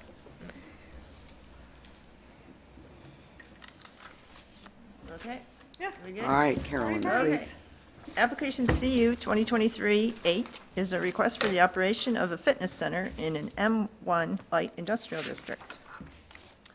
The address is 311 Ed Wright Lane, Suites C and D. To the north is CrossFit Oyster Point, Jeff's Flowers, and various light industrial uses on property zoned M1 light industrial. To the south is E.W. Muller on M2 heavy industrial property, and light industrial uses adjacent to that. To the east is Ashley Furniture and Harbor Freight Tools on properties zoned C1 retail commercial. To the west is light industrial building on property zoned M1 light industrial. The One City, One Future 2040 comprehensive plan calls for light industrial uses on the property. The property has been zoned M1 light industrial since the citywide comprehensive rezoning became effective August 1st of 1997. A conditional use permit was issued in 2017 for the operation of two small motor vehicle repair and service facilities in suites E1 and E2 of the building.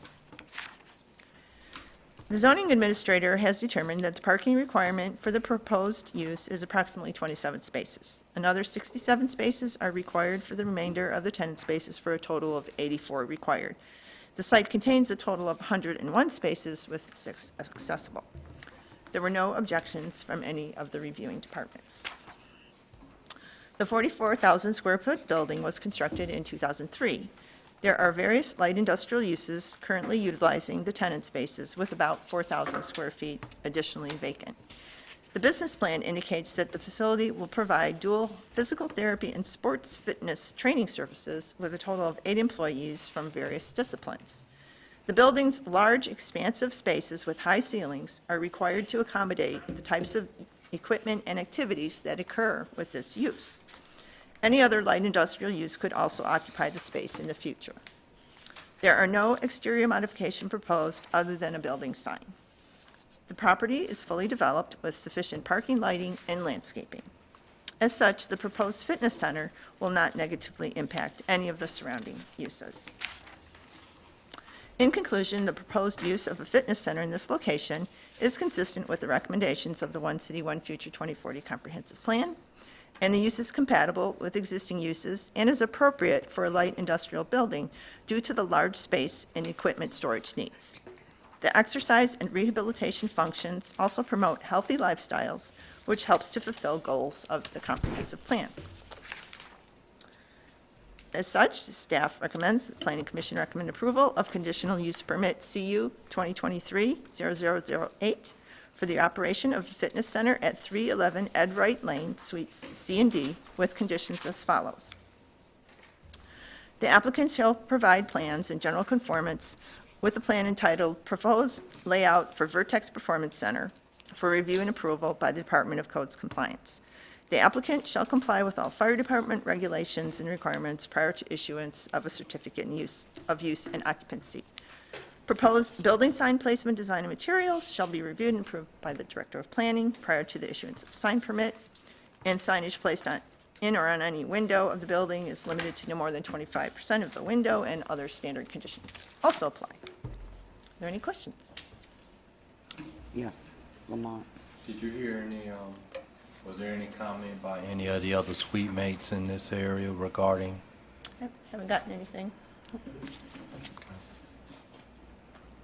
Other questions?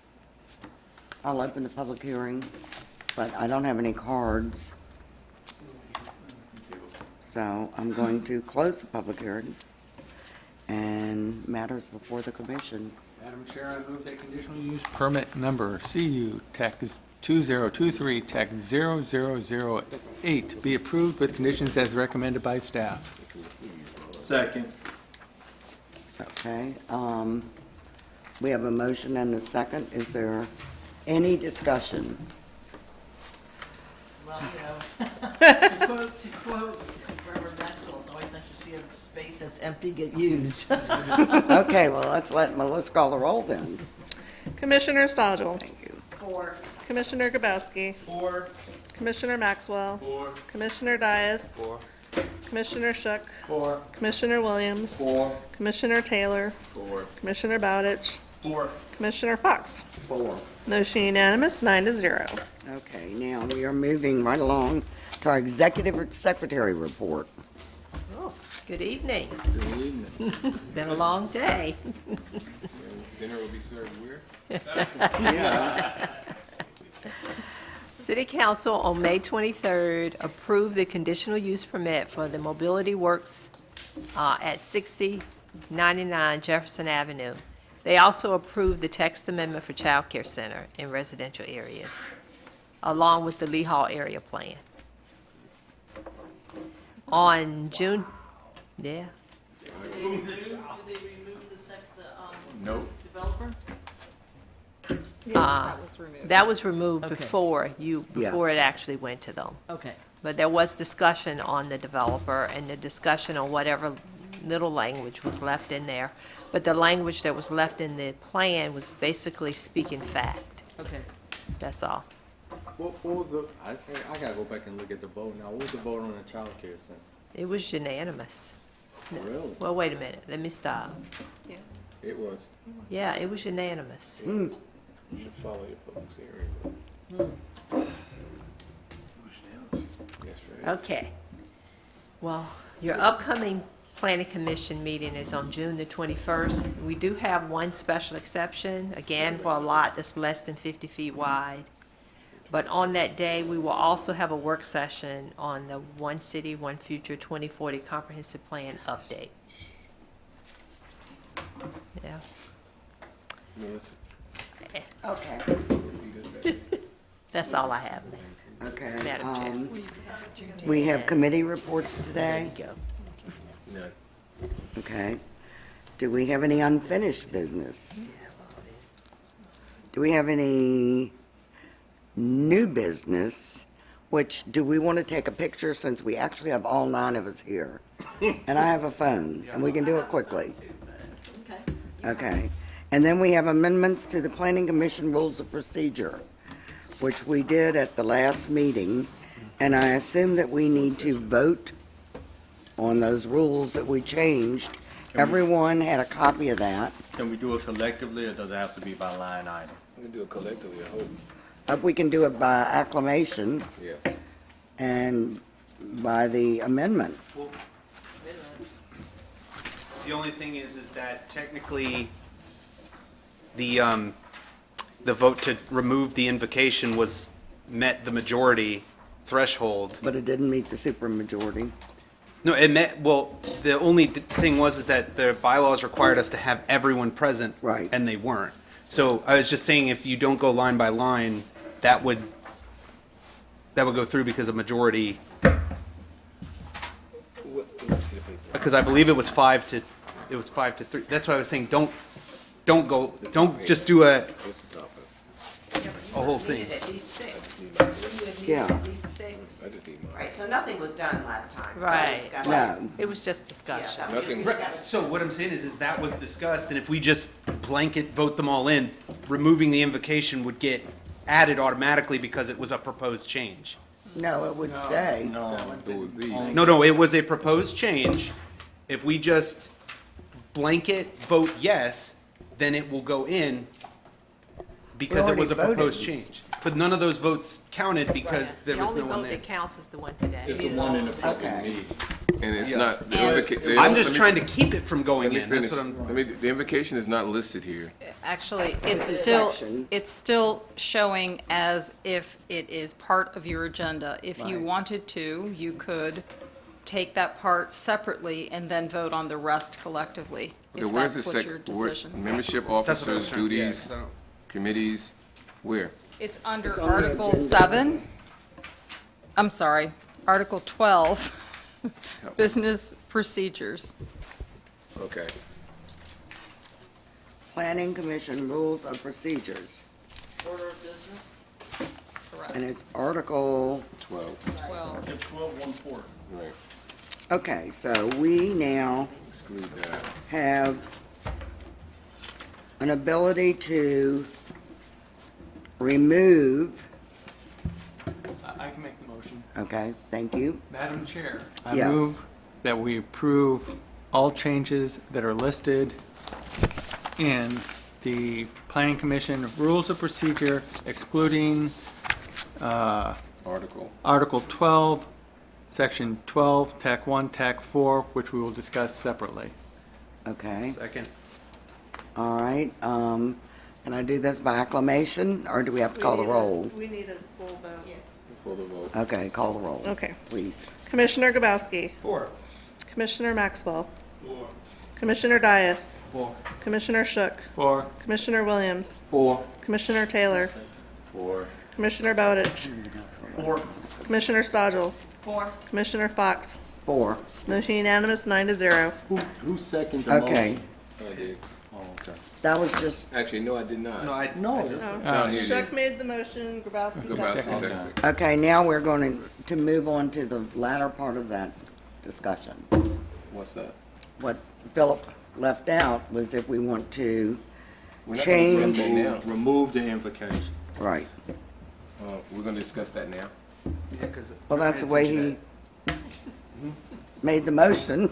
No, we say we want Oh, We'll do that it got later. us, He said at a later date, he's taking it Later down. date, you don't want to discuss it today.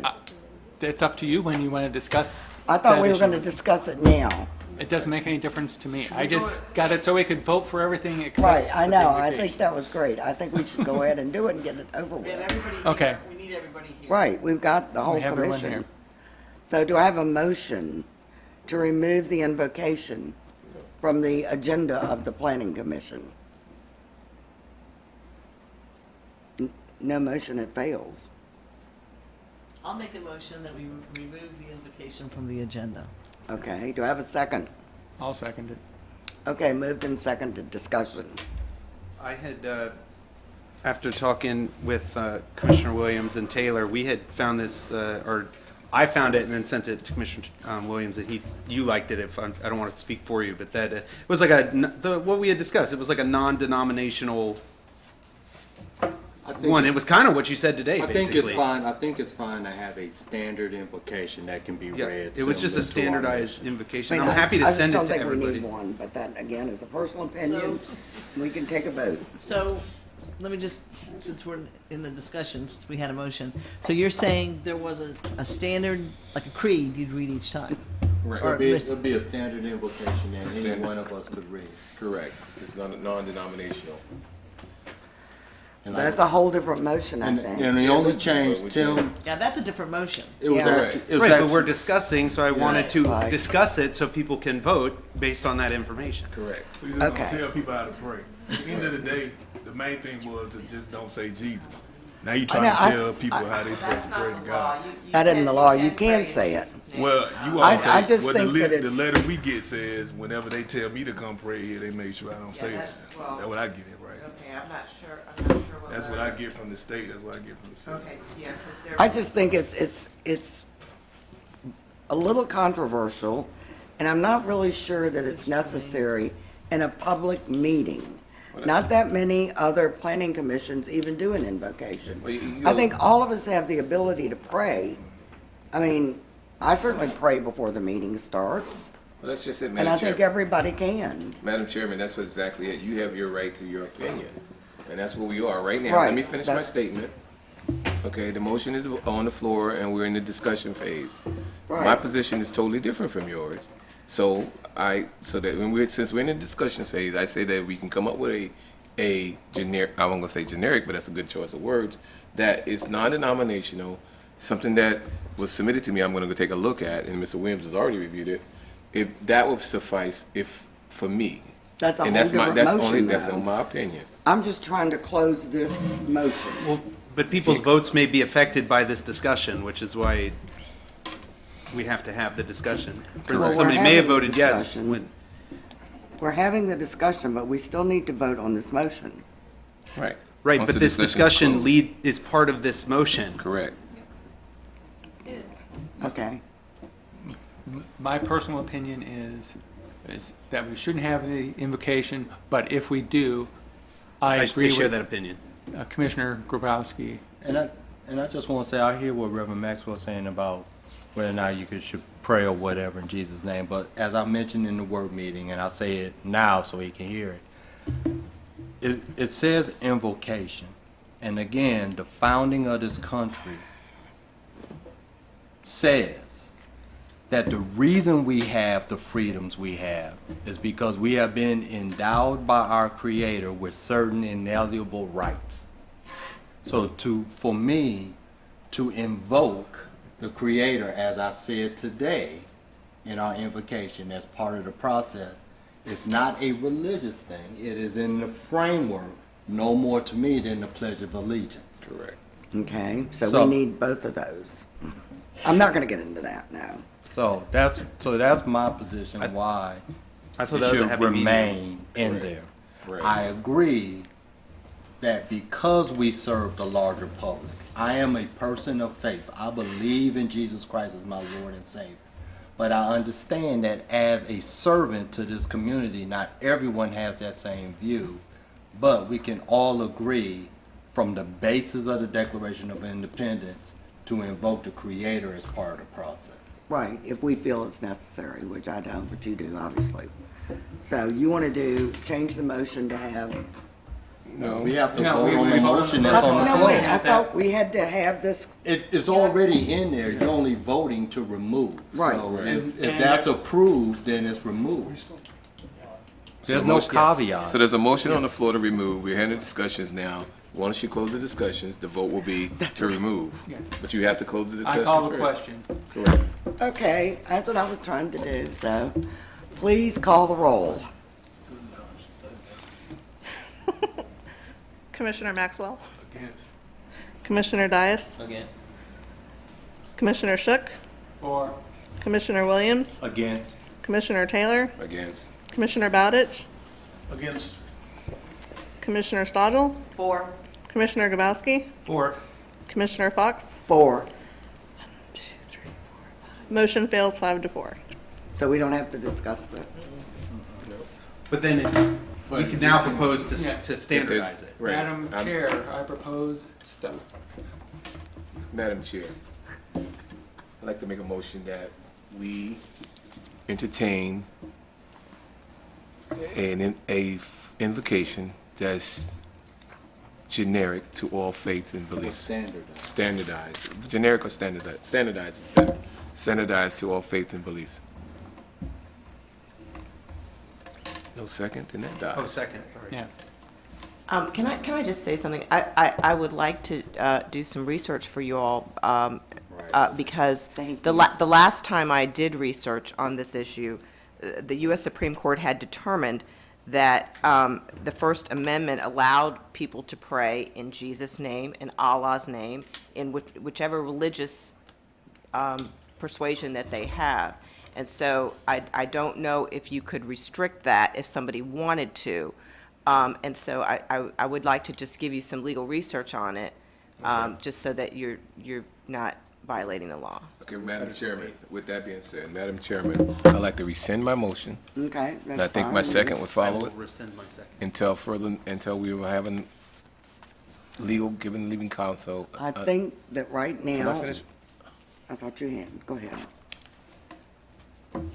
I'd like to rescind my motion Okay. so that we give legal counsel opportunity to research and bring forth what she's found, what is found, so that we can have a better basis to vote on. Okay, well, right now, we're where we were to begin with. We have an invocation. Correct. And we can say whatever we want to, and I think that's gonna be up to the individual who has chosen to say the invocation. Correct. So I don't think we have to take it any further than that. Well, once we get the research back from legal, then we decide we can bring that forth again as another. If we choose want to. Or And we there can are just- certain parameters with regard to legislative prayer that have nothing to do with, but that I can provide you with. Yes, ma'am. So right now, it is as it is, Correct. Nothing changed. and we're just gonna leave it. That also doesn't stop us from reading a Correct. script No. I every mean, month can- if we want does- to, and then if someone wants to go off script. That's We right. have an invocation, and that's all it You says. can always have the option to have it standardized. Correct. Yes, No, we that's what I'm can, we saying. have something that says invocation, and that's all it says. It doesn't say. You gotta close the meeting. I am, but let's take our picture fast. Close the meeting. Are you gonna I'm closing the meeting. Get your camera. Don't you- All right, there you go. Meeting is adjourned. Jeez, okay.